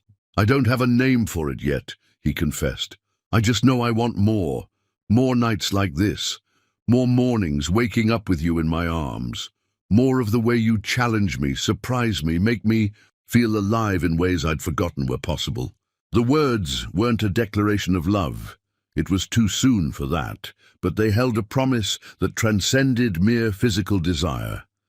Whatever was growing between them had roots deeper than passion, branches reaching towards something that might, with time and nurturing, blossom into something profound and lasting. "I want that too," Abby admitted, the confession both frightening and liberating. Bill's kiss was tender, a sealing of their unspoken pact. As his hands began to move over her body once more, rekindling the fire that seemed to burn perpetually, between them, Abby surrendered to the awakening that had begun that stormy night, an awakening not just of her body, but of her heart. Outside, the city continued its restless dance of light and shadow, oblivious to the transformation occurring in the apartment high above its streets. In that private sanctuary, Abby Gomez, once a virgin girl from the slums, was becoming a woman who understood the power of her own desire, the strength of her own heart, and the unprecedented vulnerability of allowing herself to fall for a man who had claimed her in ways that transcended the merely physical. What neither of them could know was that their newfound happiness teetered on the edge of a precipice, that forces were already in motion that would test the fragile bond forming between them, challenging not just their passion, but the very foundation of trust upon which it was built. Chapter 6. Secret Escape. "Pack for warm weather," was all Bill had told Abby the night before, his eyes gleaming with secretive excitement as he'd kissed her goodbye. 3 days. Nothing formal required. Now, standing on the private airstrip, watching a sleek jet with the Brown Enterprises logo taxi toward them, Abby felt a flutter of apprehension, mingled with exhilaration. The past month since their first night together had been a whirlwind of passion and discovery. Each day brought new dimensions to their relationship, shared meals, late-night conversations, and nights of increasingly uninhibited intimacy. "Ready? In for an adventure?" Bill asked, appearing beside her with that magnetic confidence that still made her heart race. He looked different today, more relaxed in linen pants and an unbuttoned collared shirt, his usual corporate armor shed for something more carefree. "Where are we going?" Abby asked, the question she'd been forbidden from asking until now. Bill's smile was both boyish and seductive. "My private island in the Caribbean, completely secluded. Just us, the staff who maintain the property, and miles of pristine beach." The extravagance of it, a private island, momentarily took Abby's breath away. Despite weeks of exposure to Bill's wealth, there were still moments when the vast gulf between their backgrounds struck her anew. "You own an island," she stated flatly. Bill's expression turned cautious. "Is that a problem?" Abby laughed, shaking her head. "Just another reminder that I'm dating a man who could buy the entire neighborhood I grew up in without blinking." "Dating?" Bill raised an eyebrow, his hand finding the small of her back as they walked toward the waiting jet. "Is that what we're doing?" The question carried weight beyond its casual delivery. They'd been sleeping together for weeks, spending nearly every night in either his penthouse or her apartment. Yet neither had put a label on what was happening. Between them, what would you call it? Abby challenged, pausing at the foot of the boarding stairs. Bill's eyes softened, his free hand coming up to cup her cheek. "I'd call it the most important relationship of my life." The simple honesty in his voice brushed away Abby's insecurities. She raised on tiptoes to kiss him, the once tentative gesture now familiar and confident. "Then yes, I'm ready for an adventure." The flight passed in comfortable luxury, Abby marveling at the private jet's amenities while Bill worked on his laptop, occasionally reaching over to squeeze her hand or brush a kiss against her temple. By the time they landed on a small airstrip on what Bill informed her was a larger neighboring island, the sun was setting in a spectacular blaze of orange and gold. "We'll take the boat from here," Bill explained as they descended the jet's stairs, to where a sleek speedboat awaited them at a private dock. The island's too small for a proper runway. The boat ride through darkening waters, salt spray in her face, and Bill's arms secure around her waist felt like crossing a threshold between worlds. When they finally rounded a rocky promontory to reveal a crescent of white sand beach fronting, a sprawling villa lit with warm golden lights, Abby gasped. "Welcome to Sanctuary," Bill said, his voice carrying over the engine's purr. "My private paradise." The name suited the place perfectly. As they docked and were greeted by a small, discreet staff who quickly whisked away their luggage, Abby felt a sense of having stepped into a dream. The villa was open and airy, its architecture blending seamlessly with the tropical surroundings. Floor-to-ceiling windows revealed panoramic ocean views, while the gentle sound of waves provided a constant, soothing soundtrack. "This place is incredible," she breathed, as Bill led her through the main living area to a vast master suite that opened directly onto the beach. "I bought it 5 years ago," he explained, dismissing the staff with a polite nod. "It was after a particularly brutal corporate takeover. I needed somewhere to escape, somewhere no one could reach me." Abby ran her fingers along a carved wooden table, absorbing the luxury and isolation of the place. "And now you've brought me here." Bill's expression turned serious as he crossed to her, taking her hands in his. "I've never brought anyone here before," he said quietly. "This place has always been just for me, until now." The significance of the admission wasn't lost on Abby.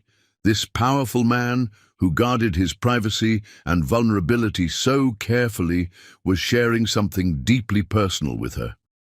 "Thank you for trusting me with this," she said, reaching up to touch his face. Bill turned his head to press a kiss into her palm. "You've changed something in me, Abby Gomez. Broken through walls I didn't even know I'd built." Before she could respond, he swept her into his arms, carrying her to the enormous bed that dominated the far end of the suite. Moonlight streamed through the open doors, bathing them in silver as Bill laid her down with reverent care. "Let me show you how much you mean to me," he whispered, his hands already working at the buttons of her blouse. That night, their lovemaking took on a new dimension. Slower, deeper, more intense than the passionate encounters they'd shared back in the city.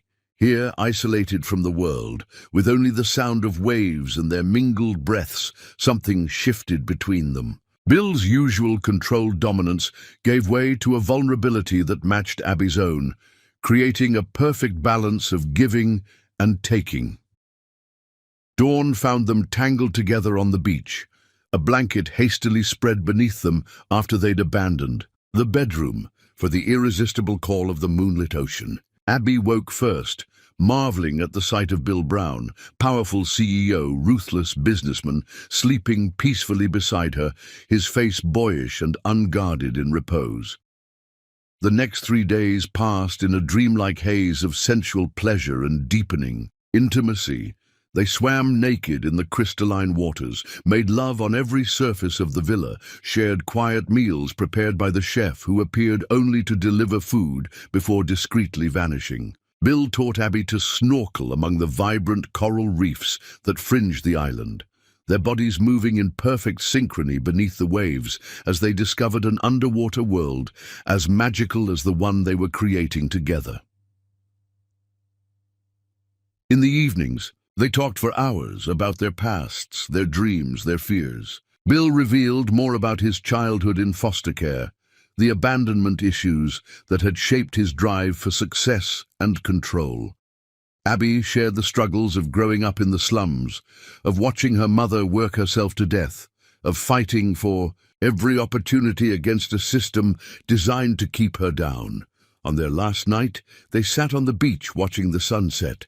Abby nestled between Bill's legs, his arms wrapped securely around her. "I don't want to go back," she confessed, tilting her head back to look up at him. Bill's laugh rumbled through his chest against her back. "We could stay," he suggested, only half joking. "I can run the company remotely. You could continue your community work from here." The fantasy was tempting, this perfect bubble of happiness, isolated from the real world and its complications. But Abby knew better than most the cost of escapism. "The real world is waiting for us," she said softly. "My neighborhood still needs rebuilding. Your company still needs leading." Bill sighed, pressing a kiss to the top of her head. "When did you get so wise?" "I've always been wise," she teased. "You were just too blinded by lust to notice." His arms tightened around her. "Not just lust," he said, his voice suddenly serious. "I'm falling in love with you, Abby Gomez." The words, spoken for the first time, hung in the air between them. Powerful, transformative, terrifying in their vulnerability. Abby turned in his arms to face him, seeing the same mixture of fear and hope she felt reflected in his eyes. "I'm falling in love with you, too," she admitted, the truth of it resonating through her entire being. Their kiss tasted of salt and promise, sealing words that changed everything. That night, their lovemaking took on an almost desperate edge, as if both were trying to imprint the memory of the other on their skin, their souls. In the morning, as they prepared to leave the sanctuary of the island, Abby noticed Bill taking a call in the villa's study, his expression darkening as he listened to whoever was on the other end. When he rejoined her, a tension had returned to his shoulders that hadn't been present during their idyllic escape. "Everything okay?" she asked as they boarded the speedboat that would take them back to the waiting jet. "Just business," he answered, with a dismissive wave. But Abby didn't miss the worried glance he cast back at the island, as if already mourning the loss of their private paradise. What neither of them knew was that their sanctuary had been breached in ways they couldn't imagine. As their jet soared back toward the city, photographs were already circulating, grainy but unmistakable images of them embracing on the beach, swimming naked in the crystal waters, boarding the private jet, hand in hand. The headline that would greet them upon their return was already being typeset. "Billionaire's Slum Girl, the Rags to Riches, Story of Bill Brown's Latest Conquest." Their perfect escape was about to collide violently with reality, testing the fragile love they'd just confessed in ways neither was prepared for. Chapter 7. Betrayal's Sting. The headline hit like a physical blow. Abby stared at her phone screen, in disbelief, the words burning into her retinas. "Billionaire's Slum Girl, the rags to riches story of Bill Brown's latest conquest." Beneath the sensationalist headline were photos, unmistakably her and Bill on the island, their private moments exposed for public consumption. Their driver had just dropped her at her apartment, while Bill continued to his office for an emergency board meeting. They'd landed barely an hour ago, the blissful afterglow of their island escape still warming her skin. now that warmth turned to cold dread as she scrolled through the article, each word more vicious than the last. Sources. Close to Brown reveal a pattern of short-lived affairs with women from disadvantaged backgrounds. The questions about her rapid promotion within Brown Enterprises. Previous women report being discarded after Brown tired of his charity cases. But worst of all were the quotes supposedly from someone within Bill's inner circle. Bill has a savior complex. He enjoys rescuing women from poverty, setting them up in luxury apartments, buying them expensive gifts, and then moving on when a new project catches his eye. Abby Gomez is just the latest in a long line. He'll keep her around until the novelty wears off. Abby's phone buzzed with an incoming call, her cousin from the old neighborhood. Ignoring it, she continued reading the article, absorbing every cruel insinuation. According to the piece, she was nothing but a gold digger who'd leveraged her body to escape the slums, while Bill was a wealthy playboy with a penchant for slumming it with impoverished women before eventually growing bored. Her phone buzzed. Relentlessly, messages from former neighbors, acquaintances from college co-workers. One text from a colleague in her department was particularly cutting. Always wondered how you got that job. Guess now we know. Tears stung Abby's eyes, but she refused to let them fall. This was precisely what she'd feared when first becoming involved with Bill. The scrutiny, the judgment, the reduction of her accomplishments to nothing more than sexual currency. When her phone rang again, and Bill's name flashed on the screen, she almost didn't answer. But a deeper need to hear his voice, to have him refute the horrible claims, won out. "Have you seen it?" she asked without preamble. "I'm handling it." Bill's voice was tight with controlled fury. "My legal team is already preparing action against the publication. We'll find out who took those photos and who provided those quotes." His business-like response, focused on damage control rather than her emotional state, sent a chill through Abby's heart. "Is it true?" she asked, the question emerging before she could stop it. "Is what true?" Bill sounded distracted, voices murmuring in the background. "That I'm the latest in a long line. That you have a pattern of rescuing women from poverty only to discard them when you get bored." The silence that followed lasted a beat too long. "Abby, that's absurd. You can't possibly believe—" "Answer the question, Bill." Her voice was steadier than she felt. She heard him sigh. "I've dated women from various backgrounds. Some happened to come from less privileged circumstances. That doesn't make it a pattern or a fetish, as this garbage article implies." The careful phrasing sent warning signals through Abby's mind. "How many?" she pressed. "This isn't a conversation we should have over the phone," Bill deflected. "I'm in the middle of damage control here. The board is concerned about company image. Our stock has already taken a hit. How many women have you rescued before me?" "Bill?" Abby interrupted, anger beginning to replace hurt. "Two," he finally admitted, the word clipped. "But those relationships were nothing like what we have. You're different." "What we shared on the island was private," Abby cut in. "Or so I thought. Who knew about the island, Bill? Who could have tipped off photographers about our trip?" Another pause. "Very few people. My assistant, the pilot, the island staff, and—" "Your ex-girlfriend?" Abby asked, remembering a call he'd taken on the island, his expression darkening afterward. Bill's sharp intake of breath was confirmation enough. "Victoria called while we were there," he admitted reluctantly. "She needed some documents signed for a charity we co-chair. I mentioned we were at the island.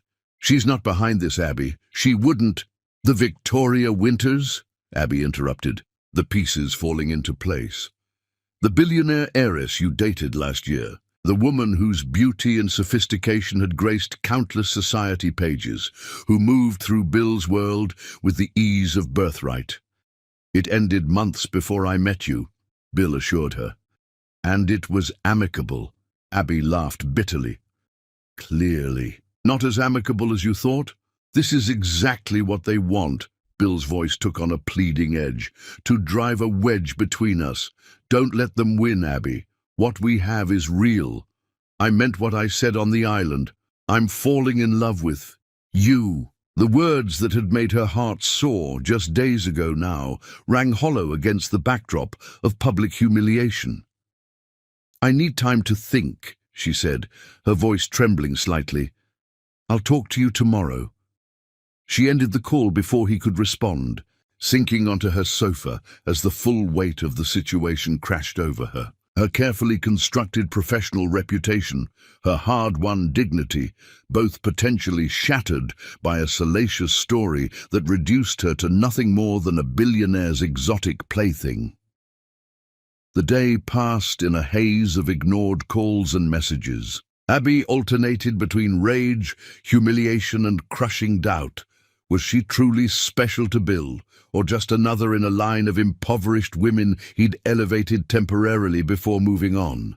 Had she unknowingly played into some savior complex, some pattern she'd been too blinded by passion to recognize? Evening found her staring out at the city lights, remembering how she'd once viewed this skyline from her flood-ravaged neighborhood, seeing it as a distant world she'd never be part of. Now she was here. But at what cost? A knock at her door startled her from her dark thoughts. Opening it revealed Victoria Winters herself, stunning in an impeccably tailored suit, her blonde hair cascading in perfect waves, her expression composed but with a subtle undercurrent of satisfaction. "Miss Gomez," she said with a smile that didn't reach her eyes, "I think it's time we had a chat." Abby's first instinct was to slam the door in the woman's face, but curiosity won out. She stepped aside, allowing Victoria to enter the apartment with graceful confidence. "Lovely place," Victoria observed, her gaze taking in the surroundings. "Though smaller than the apartment he gave Jennifer, you must not have made as strong an impression." The casual cruelty of the remark stung precisely as intended. "What do you want?" Abby asked, refusing to show weakness. Victoria extracted a memory stick from her designer handbag, holding it between manicured fingers. "To save you from the inevitable heartbreak. Bill has a pattern, darling, one I discovered too late. And I'm supposed to believe you're here out of the goodness of your heart." Abby crossed her arms, skepticism evident in her stance. Victoria laughed softly. "Hardly. Let's say I have a vested interest in seeing Bill's rehabilitation. He's not a bad man, just damaged in ways that make him toxic to women who actually care for him." She placed the memory stick on the coffee table. Emails, bank transfers, apartment leases, all documenting Bill's previous projects. Jennifer from the Bronx 3 years ago. Sophia from the South Side before her, both given jobs, apartments, a taste of his world, before he grew bored and discarded them. Her perfect features arranged themselves into a sympathetic mask. The apartments always stay in his name, by the way, easy to evict when things end. Abby's stomach clenched as she stared at the small device containing what might be confirmation of her worst fears. "Why should I believe anything from you?" "You shouldn't," Victoria agreed smoothly. "You should verify everything yourself. Ask Bill directly about Jennifer and Sophia. Watch his reaction closely." She moved toward the door, mission apparently accomplished. "Oh, and you might want to check your bank account. Bill always opens one for his projects. Initial deposit is usually $50,000. His way of making sure you stay financially dependent while creating the illusion of generosity." With that parting shot she left, the expensive scent of her perfume lingering in the air like poison. Abby's hands trembled as she reached for her laptop. A quick search confirmed Victoria's claims about the previous women. Jennifer Santos, once a receptionist at Brown Enterprises, now working for a competitor in another city. Sophia Reyes, formerly from Chicago's impoverished South Side, now running a small non-profit funded primarily by an anonymous donor.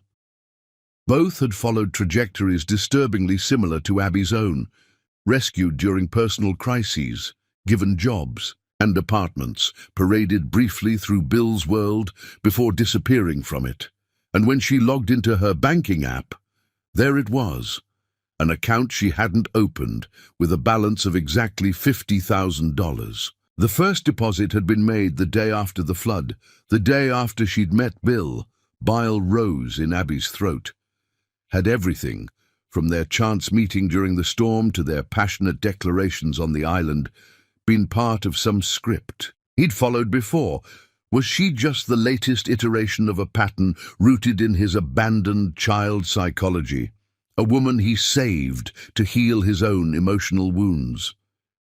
When her phone rang again with Bill's name on the screen, Abby finally answered, her voice cold with hurt and anger. "We need to talk," she said before he could speak. "About Jennifer Santos and Sophia Reyes, about the bank account you opened for me without my knowledge, about why Victoria Winters just left my apartment with quite an interesting story to tell." Bill's sharp intake of breath was followed by a string of curses. "Victoria was there? Abby, whatever she told you, is it true?" Abby cut him off, her voice breaking. "Am I just following a pattern you've established with other women from backgrounds like mine? Was any of it real?" "All of it was real," Bill insisted, emotion edging into his voice. "Victoria is manipulating you, manipulating the situation. Yes, I dated Jennifer and Sophia. Yes, there are superficial similarities in how we met. But what I feel for you is completely different." "And the bank account," Abby pressed, tears finally spilling down her cheeks. A pause. "A contingency. In case things didn't work out between us, I wanted to ensure you'd be okay financially.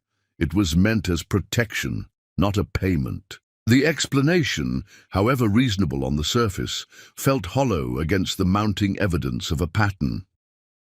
"I need to know something," Abby said, fighting to keep her voice steady. "And I need you to be completely honest. Did you arrange our meeting during the storm?" "What?" Bill sounded genuinely shocked. "How could I possibly? Your car conveniently breaking down in my neighborhood during a flood, coming to my rescue like some knight in shining armor. Was it orchestrated, Bill? Did you target me specifically?" "That's insane!" Bill's voice hardened with frustration. "You can't possibly believe I somehow engineered a natural disaster to meet you. This is exactly what Victoria wants, to plant these seeds of doubt, to make you question everything we've shared." His denial should have reassured her, but Abby was too deep in a spiral of suspicion to accept it at face value. "I think," she said slowly, "that I need space to figure out what's real and what isn't. I can't do that with you trying to manage the situation, trying to explain away each revelation with plausible denials. Abby, please." The raw emotion in Bill's voice nearly broke her resolve. "Let me come over. Let me explain in person. There are contexts, nuances that Victoria has deliberately excluded." "Not tonight," Abby said firmly. "I need time to think clearly without your influence." The silence that followed was heavy with unspoken words. When Bill finally spoke, his voice had regained its usual controlled quality, though Abby could hear the strain beneath it. "Take whatever time you need, but remember this, what we shared on that island wasn't fabricated. What I feel for you isn't part of some pattern or psychological damage. It's real, Abby, the most real thing I've ever felt." After they disconnected, Abby sat in the gathering darkness, Victoria's memory stick sitting like a malevolent talisman on her coffee table. Part of her wanted to destroy it without looking, to choose blind faith in the man who'd shown her passion and tenderness beyond anything she'd experienced. But the pragmatic part of her, the part forged in the hardships of the slums, knew that willful ignorance was a luxury she couldn't afford. With trembling fingers, she inserted the memory stick into her laptop and began reading through its contents. Hours later, as dawn broke over the city, Abby packed a small bag with essentials. The evidence wasn't conclusive. Some documents supported Victoria's claims, while others suggested more complex situations with different contexts than Victoria had implied. But one thing was clear. She couldn't think objectively while living in an apartment Bill provided, working at a job he'd given her, surrounded by the trappings of a life that might be built on shifting sand.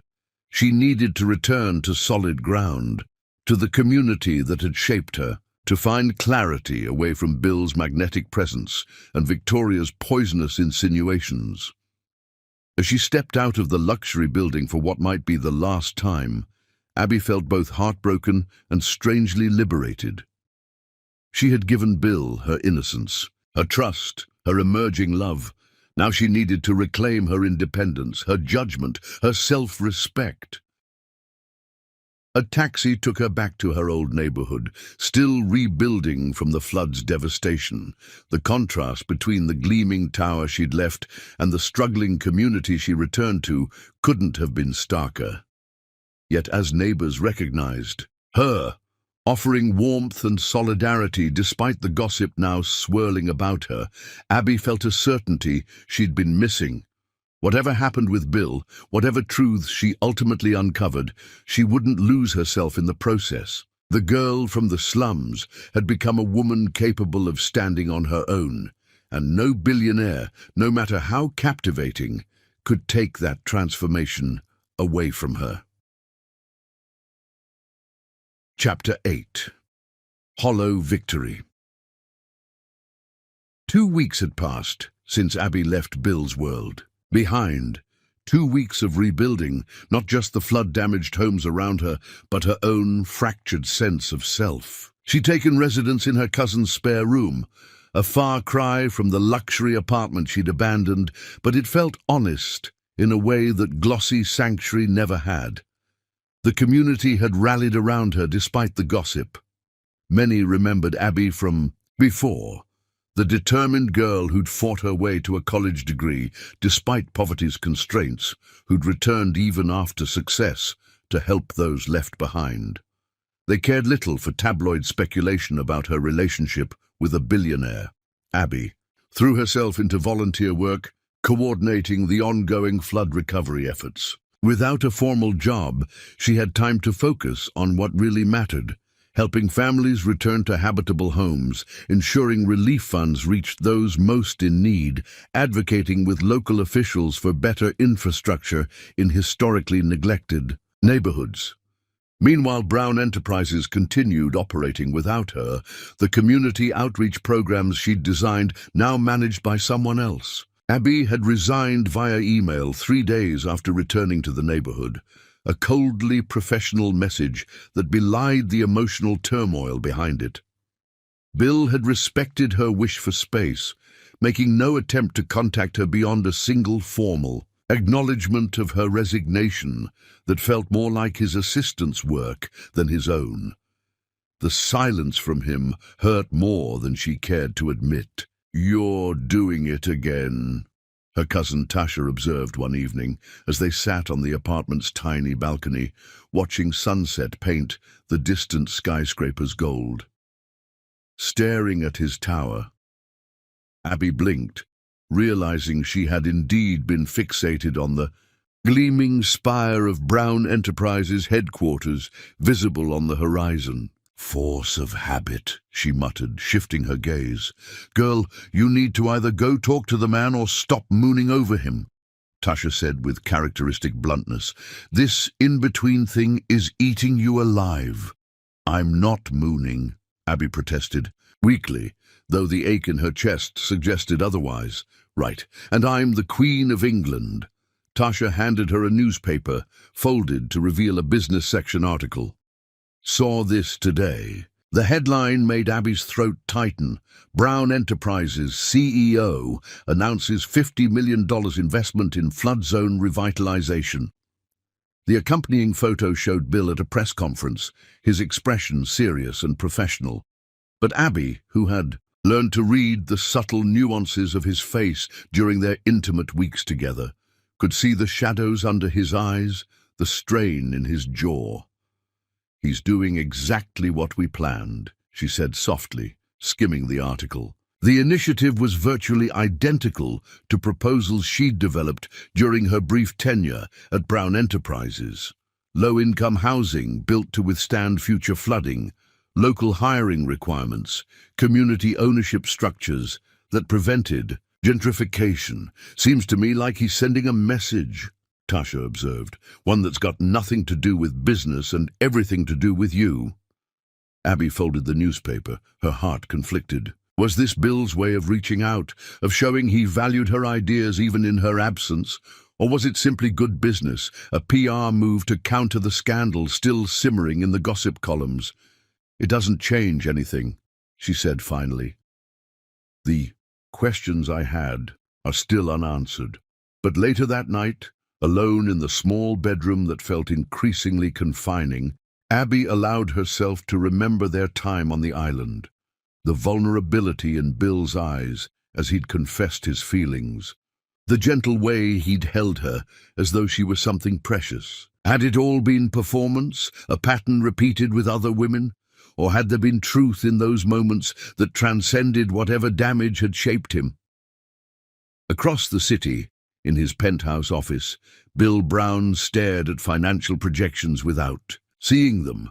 The numbers blurred before his eyes, replaced by memories of Abby, her smile in the morning light, her passion when they made love, her fierce intelligence when discussing community development. "Sir?" His assistant's voice broke through his reverie. "The board is waiting in the conference room." Bill nodded, straightening his tie as he rose.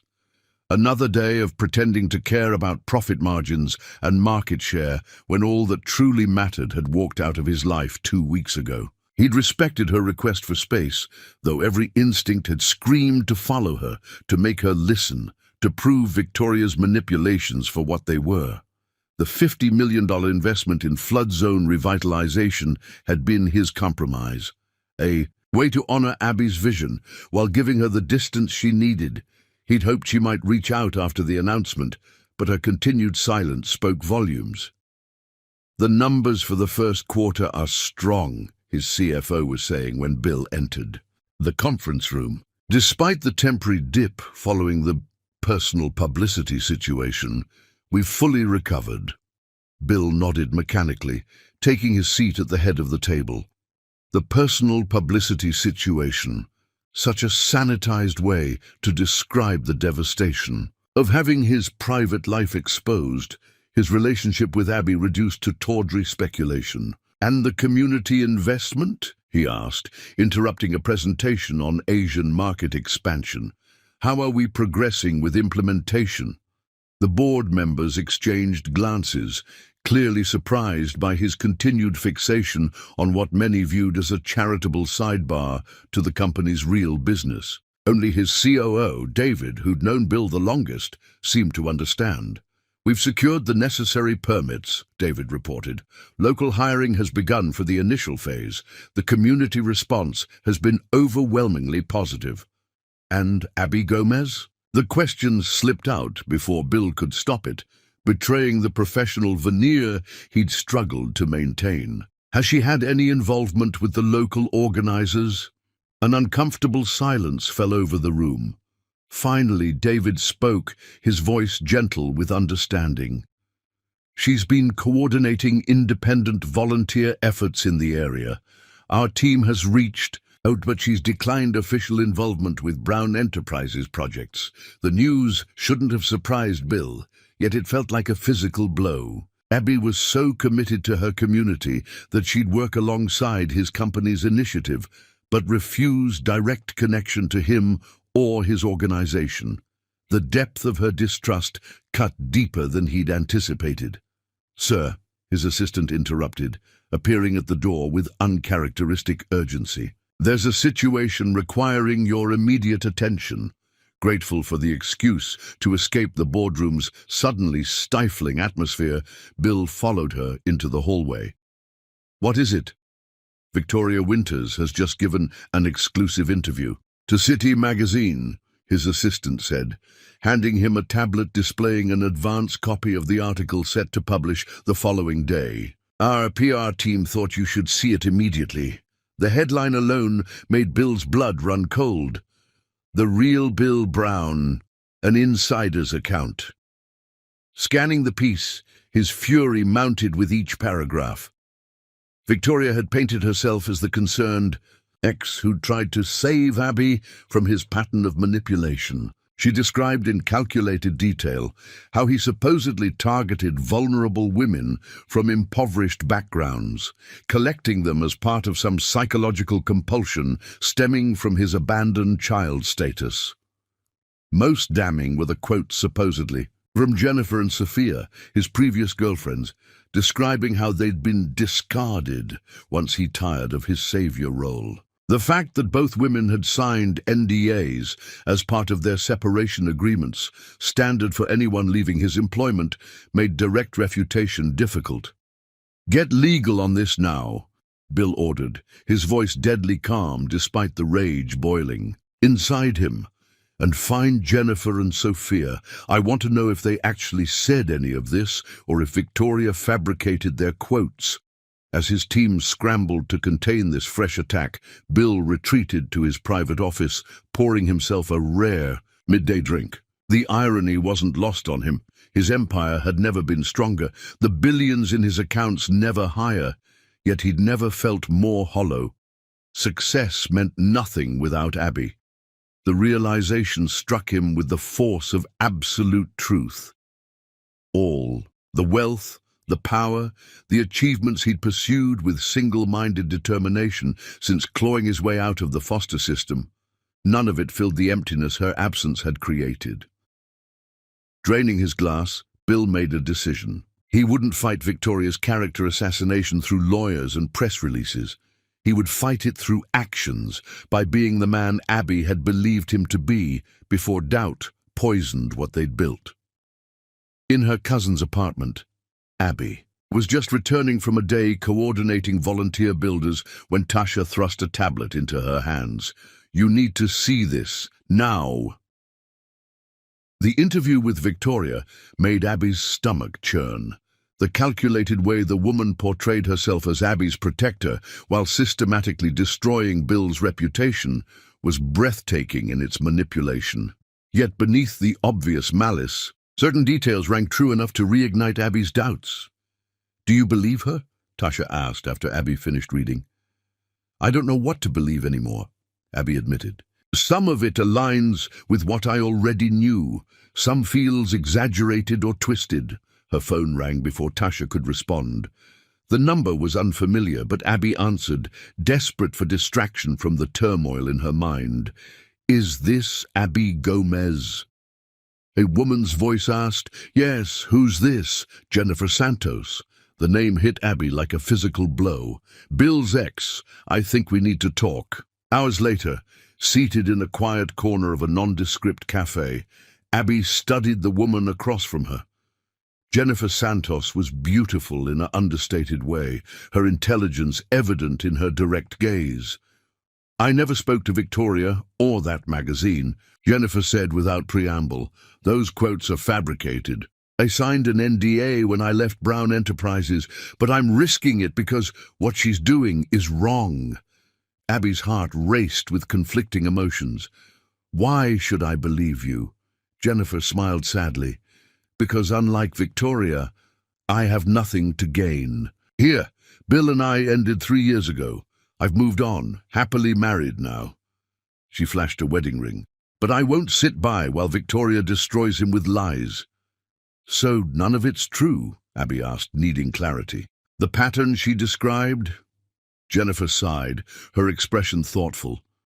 "Bill has issues. What abandoned child wouldn't? Yes, he met me during a crisis in my life. Yes, he helped me financially, gave me a job, an apartment. But it wasn't some calculated grooming scenario Victoria describes." She paused, choosing her words carefully. "We dated for 8 months. It ended because we wanted different things, not because he discarded me once the novelty wore off. He was generous in the breakup, helped me find a new job, let me stay in the apartment until I found my own place." "And Sophia?" Abby pressed, needing the full picture. Similar story from what I understand. Bill is attracted to strength in adversity. He recognizes it because it's what saved him. Jennifer leaned forward earnestly.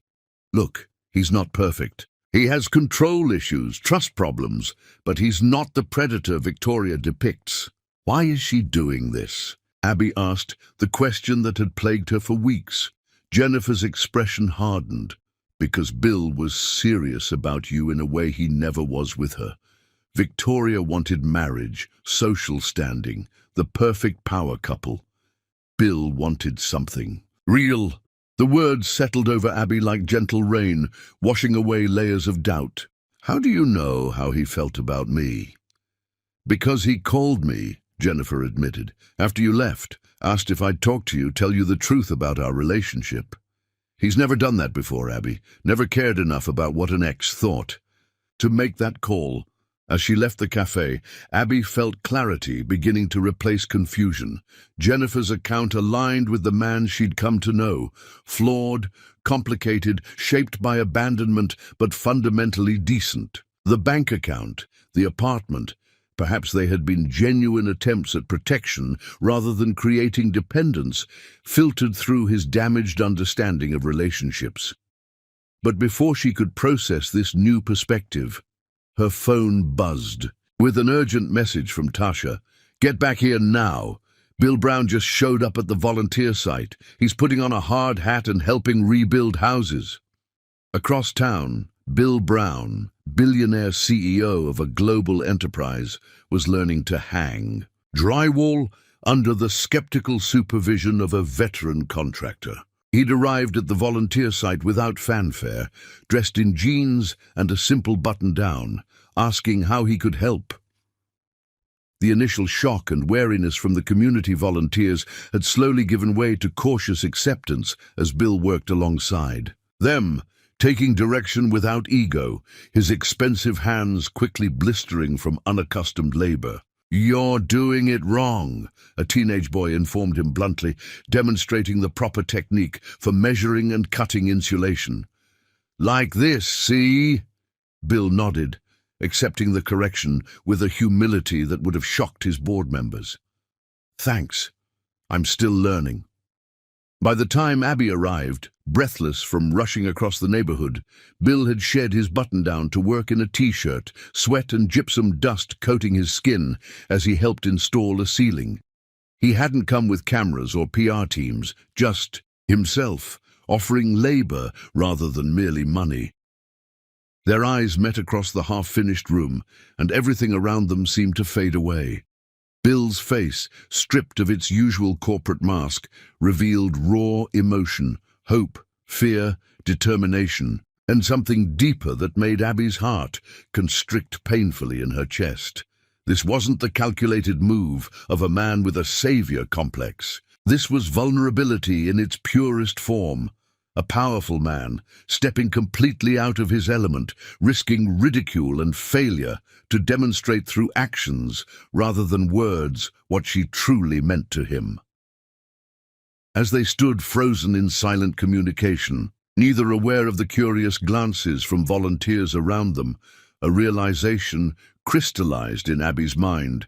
The victory Victoria thought she'd achieved by separating them was hollow indeed. Because true connection, the kind she and Bill had forged through storm and sanctuary, couldn't be destroyed by doubt alone.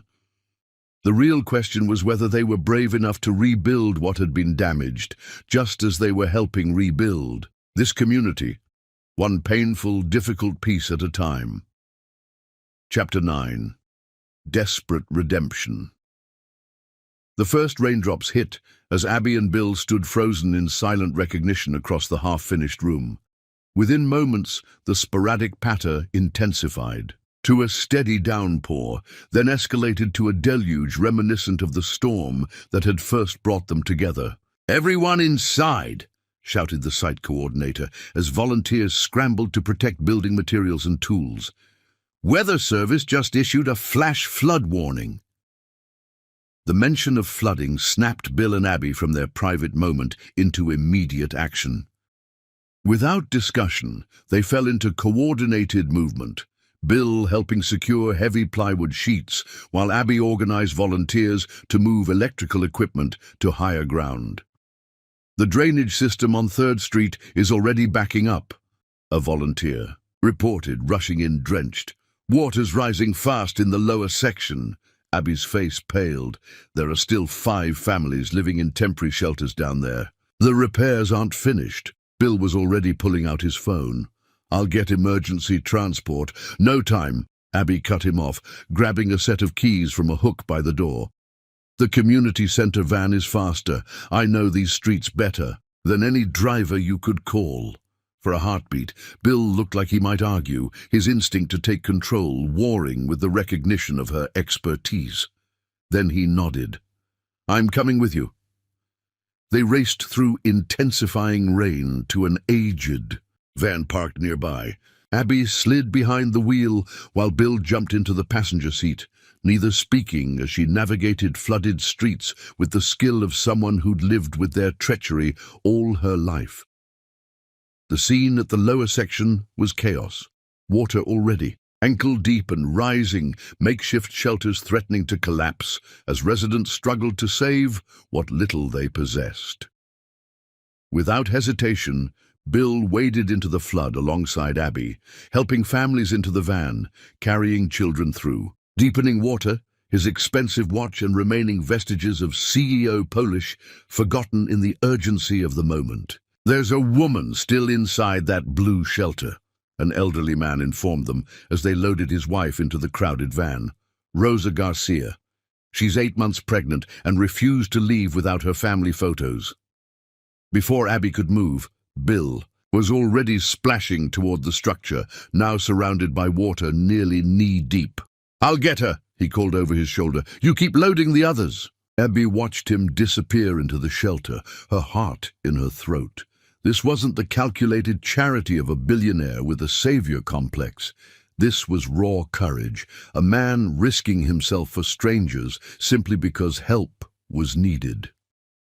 Minutes that felt like hours passed before Bill emerged, supporting a heavily pregnant woman while clutching a plastic bag of water-damaged photographs to his chest.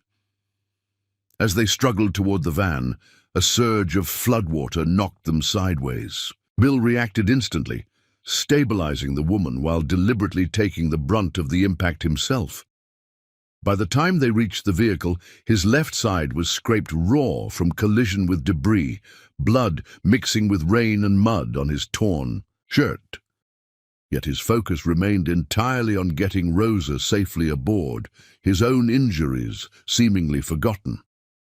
With the van filled beyond capacity, Abby navigated carefully back to higher ground, the community center their destination. In the passenger seat, Bill made calls, his commanding tone organizing emergency shelters, food, medical care, and supplies without waiting for government bureaucracy to catch up.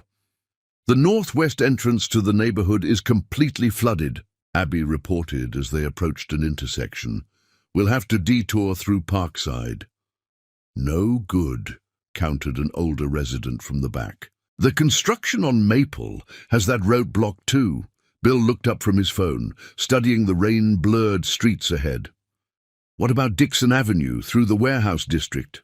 Abby shot him a surprised glance. It was a local cut-through, known only to neighborhood residents. How do you know about that route? A shadow of vulnerability crossed Bill's face. I lived in a shelter on Westmore for 6 months when I was 15.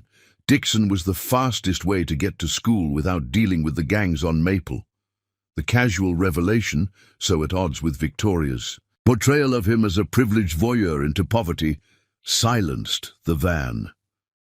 Abby felt another piece of her heart surrender as she took the turn onto Dixon, watching Bill from the corner of her eye. He'd never shared this specific detail before, yet it explained his genuine understanding of the community's challenges, his instinctive respect for their resilience. At the community center, organized chaos reigned as volunteers worked to accommodate the sudden influx of displaced residents. Bill moved through the crowd with natural authority, not commanding but coordinating, connecting his corporate resources with local knowledge to maximize effectiveness. When a doctor finally insisted on examining his injured side, he acquiesced, only after ensuring all the evacuees had been seen first. "It needs stitches," the doctor informed him, examining the gash along his ribs. "Do what's necessary," Bill replied, his eyes seeking Abby across the room where she distributed dry clothes and blankets. Their gazes locked, and Abby felt the same electric recognition that had charged the air between them since that first night in the abandoned warehouse. This man, bloodied, muddied, stripped of corporate armor, was the real Bill Brown. Not the cliché Victoria had painted, not the billionaire CEO of magazine covers, but a survivor who understood what it meant to fight your way forward against overwhelming odds. As the storm intensified outside, transforming streets into rivers and bringing back nightmarish memories of the flood that had first connected them, Abby moved purposefully across the room to where Bill sat, wincing slightly. As the doctor cleaned his wound, "Why did you really come today?" she asked softly, needing to hear the truth directly from him. Bill looked up, his blue eyes clear and direct despite the pain. "Because I missed you," he said simply. "Because my life doesn't make sense without you in it. Because I needed you to see me. Not what Victoria said about me, not what the tabloids printed, but me." The raw honesty in his voice struck deeper than any practiced declaration could have. In that moment, surrounded by crisis, yet somehow cocooned in a bubble of private truth, Abby recognized the decision before her, to trust or not to trust, to risk heartbreak for the chance at something extraordinary. "I spoke with Jennifer," she said quietly. Something like hope flickered across Bill's face. "And?" "She said you called her, asked her to tell me the truth." Abby's eyes never left his. "You've never done that before, according to her." "Never cared enough about what an ex thought to make that call." Bill nodded, vulnerability evident in the gesture. "Because I've never felt about anyone the way I feel about you. Whatever mistakes I've made, and God knows I've made them, what we shared on that island wasn't one of them. What I said to you there was the truth, Abby." Before she could respond, a crash of thunder shook the building, the lights flickering ominously before stabilizing. "The backup generator won't last long in this weather," warned the site coordinator, approaching them with evident concern. "If the main power goes, we lose the pumps keeping water out of the east wing. We've got elderly and children sheltering there." The personal moment fractured as reality reasserted itself. Bill straightened, his expression shifting to focused determination despite his injury. "What do you need?" "Industrial pumps, the kind used in major construction." The coordinator's tone suggested he knew the request was nearly impossible given the emergency conditions. "I have them," Bill replied, without hesitation. 3 buildings under development across the city, all with industrial pumping systems. "I'll have them here within the hour." "Roads are flooding," Abby pointed out. "How will you transport them?" Bill was already dialing his phone. "Helicopters. 2 of our buildings have helipads. We'll airlift what's needed."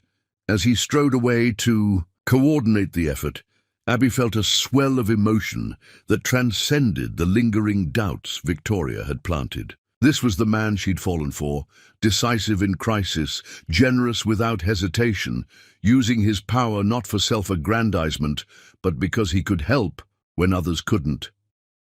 The next hours passed in a blur of emergency coordination. Bill's helicopters arrived as promised, delivering not just pumps, but additional supplies, equipment, and personnel. Working together, Abby and Bill moved through the community center with synchronized purpose, their previous connection resurfacing in the way they anticipated each other's needs without discussion. When the main power finally failed near midnight, the backup systems Bill had arranged kicked in seamlessly. Children who had been frightened by the darkness cheered as emergency lights illuminated the shelter. An elderly woman grasped Bill's hand as he checked on her comfort, her weathered fingers gentle against his calloused palm. "You're not what I expected," she told him with the blunt honesty of age, "from what they say in the papers." Bill's smile held a touch of sadness.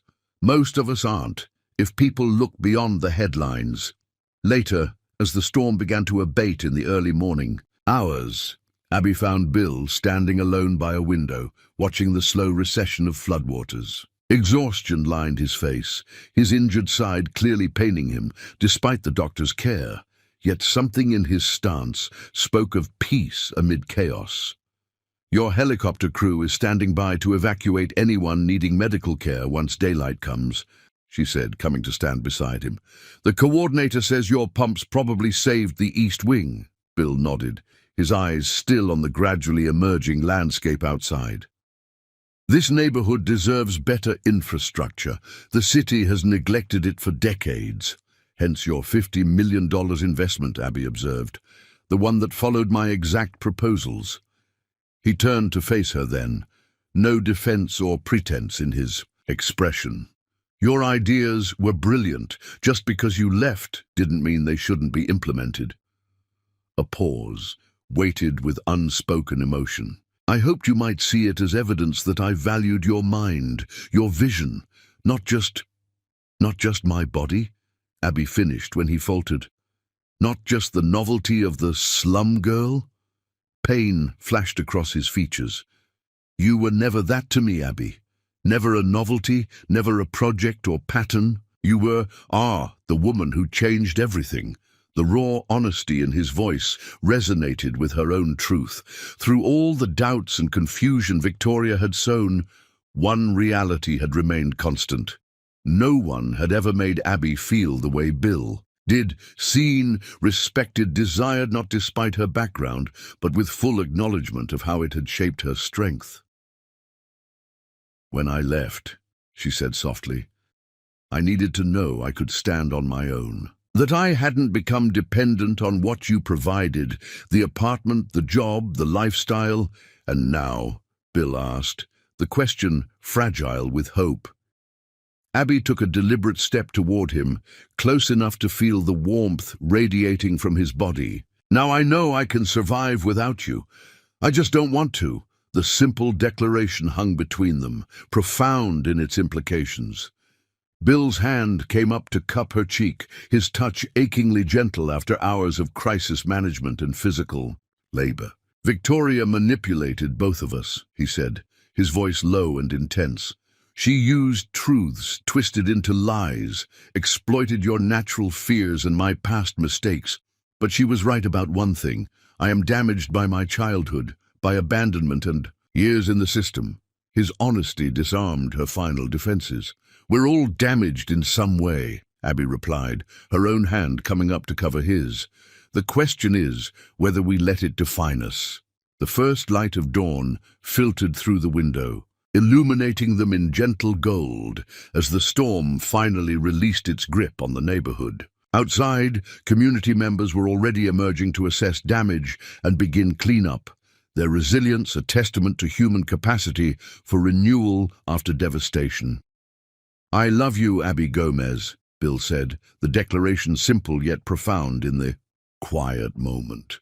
Not as a savior or saved, not as CEO and employee, just as a man who found something he never thought possible, someone who sees him exactly as he is and chooses him anyway.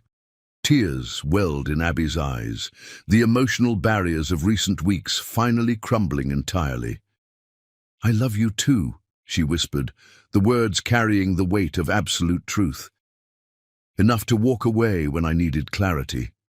Enough to come back. Now that I have it." When their lips finally met, the kiss held none of the desperate passion of their island encounters or the controlled desire of their early days. Instead, it carried something deeper. Tender recognition of damage survived, honest acknowledgement of flaws accepted, and the profound commitment to build something enduring from the wreckage of past storms. Outside, the community they both cared for in different ways began the process of rebuilding, just as they would rebuild trust between them, one careful, intentional step at a time.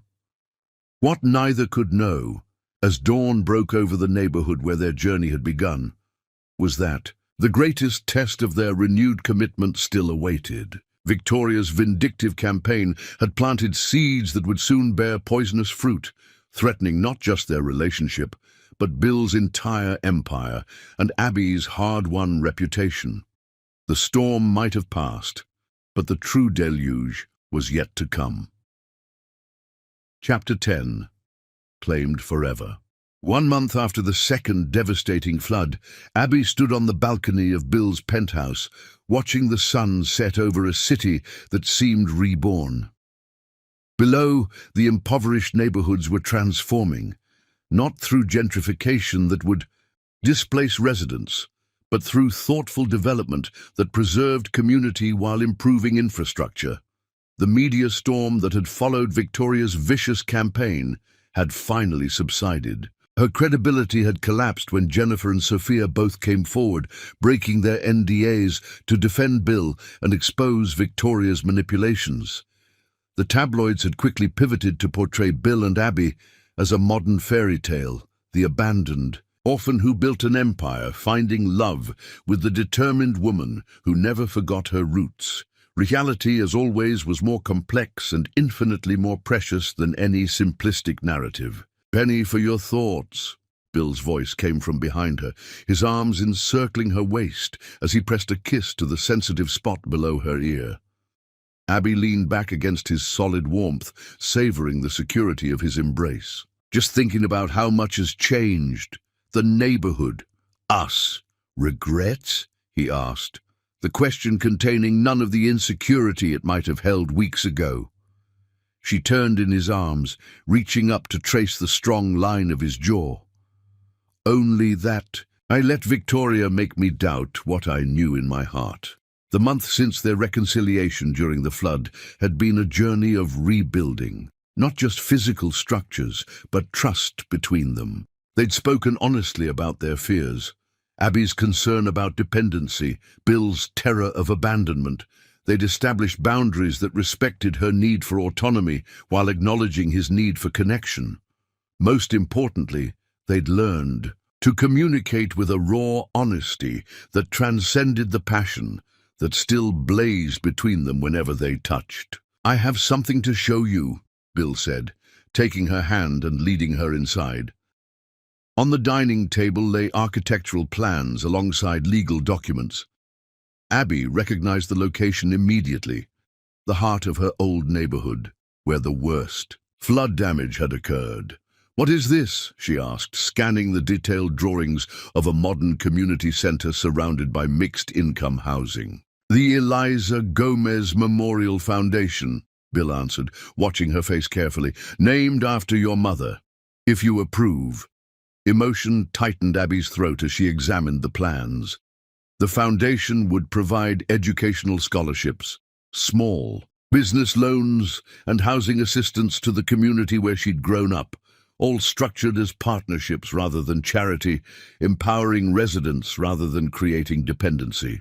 "This isn't just my project," Bill continued when she remained speechless.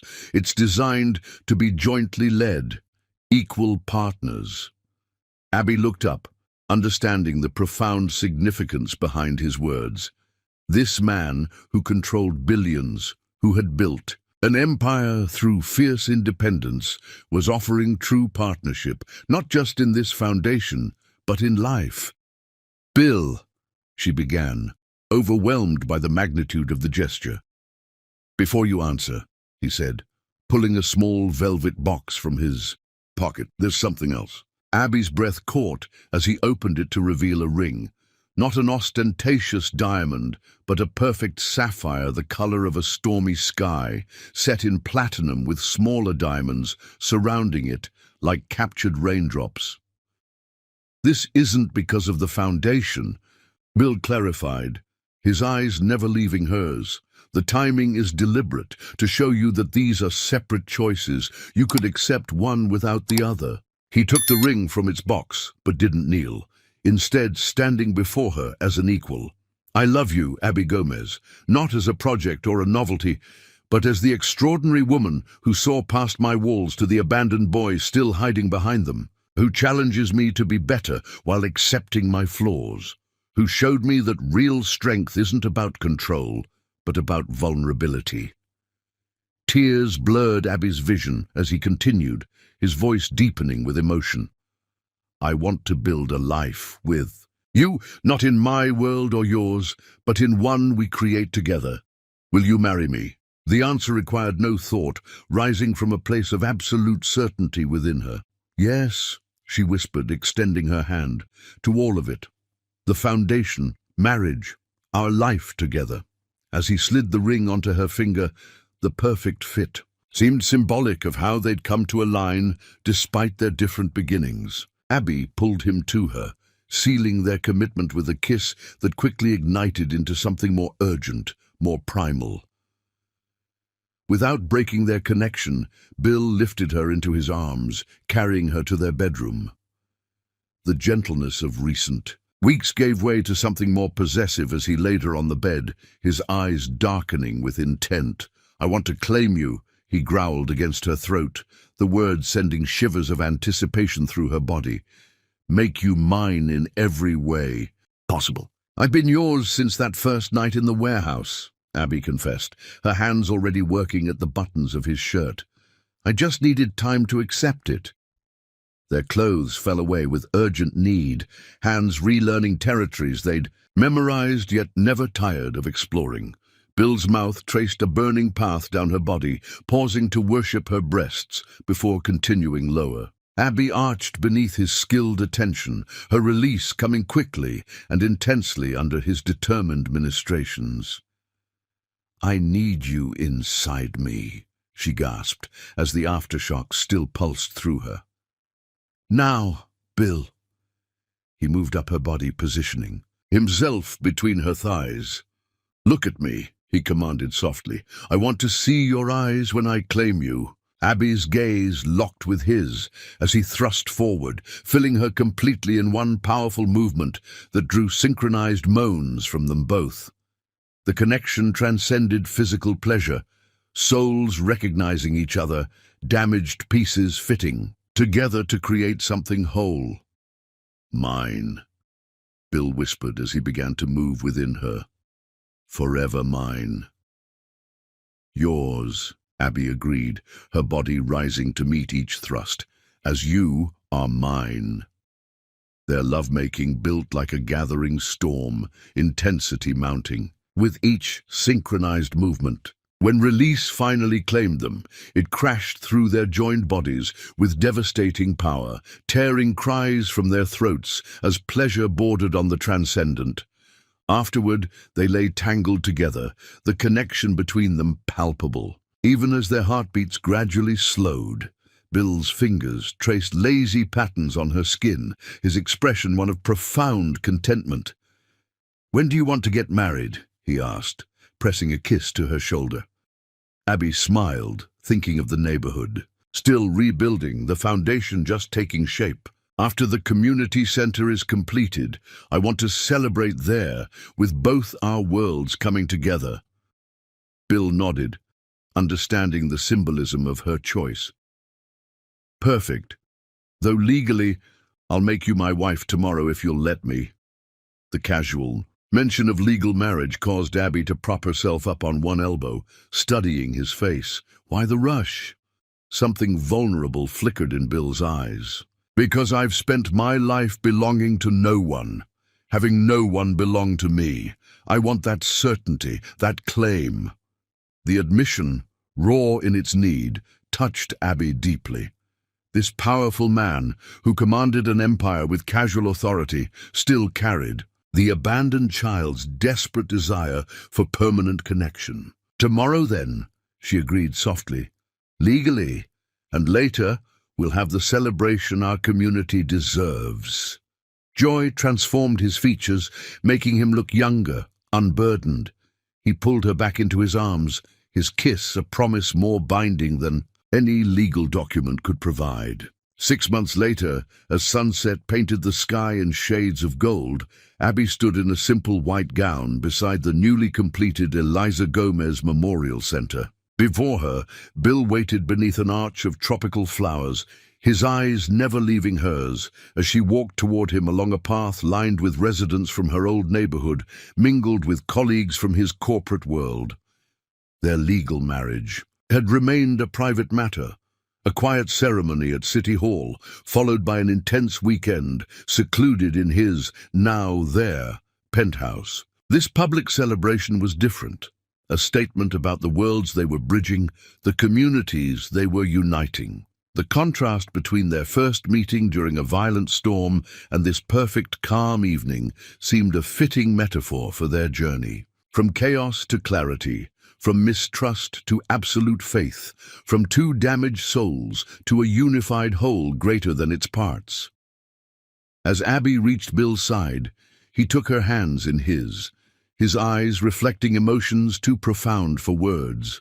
The vows they exchanged were simple but powerfully honest, promises not of perfection but of perseverance, not of flawless harmony but of faithful partnership through whatever storms life might bring. When they sealed their union with a kiss, cheers erupted from the gathered community. Slum residents and corporate executives alike united in celebration of a love that transcended boundaries of class and circumstance. Later, as they danced beneath stars appearing in the twilight sky, Bill held Abby close, his lips brushing her ear. "Happy?" he asked, the word carrying all his lingering vulnerability. Abby looked up at the man who had claimed her body, her heart, her future. The man whose damage complemented her own to create something stronger, more beautiful than either could have achieved alone. "Beyond happiness," she answered. "This is belonging, this is home." As he bent to capture her lips in a kiss that promised pleasures to come later in the privacy of their bedroom, Abby knew with unshakable certainty that she had found her sanctuary. Not in a luxury apartment or a Caribbean island, but in the arms of a man who saw her completely, strengths and flaws, past and potential, and loved her not despite, but because of the sum of all she was. The girl from the slums had indeed become a woman, not because a powerful man had claimed her, but because together they had claimed something infinitely more precious, the courage to love without reservation, to trust beyond doubt, to build a future where both their worlds could thrive side by side. In the end, theirs was not a story of rescue but of recognition. Two souls who had survived abandonment and hardship, finding in each other not just passion, but home. A sanctuary not built of walls and wealth, but of understanding and acceptance. A love not defined by where they had come from, but by where they would go together. And as night fell fully over the celebration, stars illuminating the path ahead, Bill and Abby slipped away from the crowds, eager to begin the next chapter of their journey, claimed at last by a love powerful enough to weather any storm. Thanks for watching!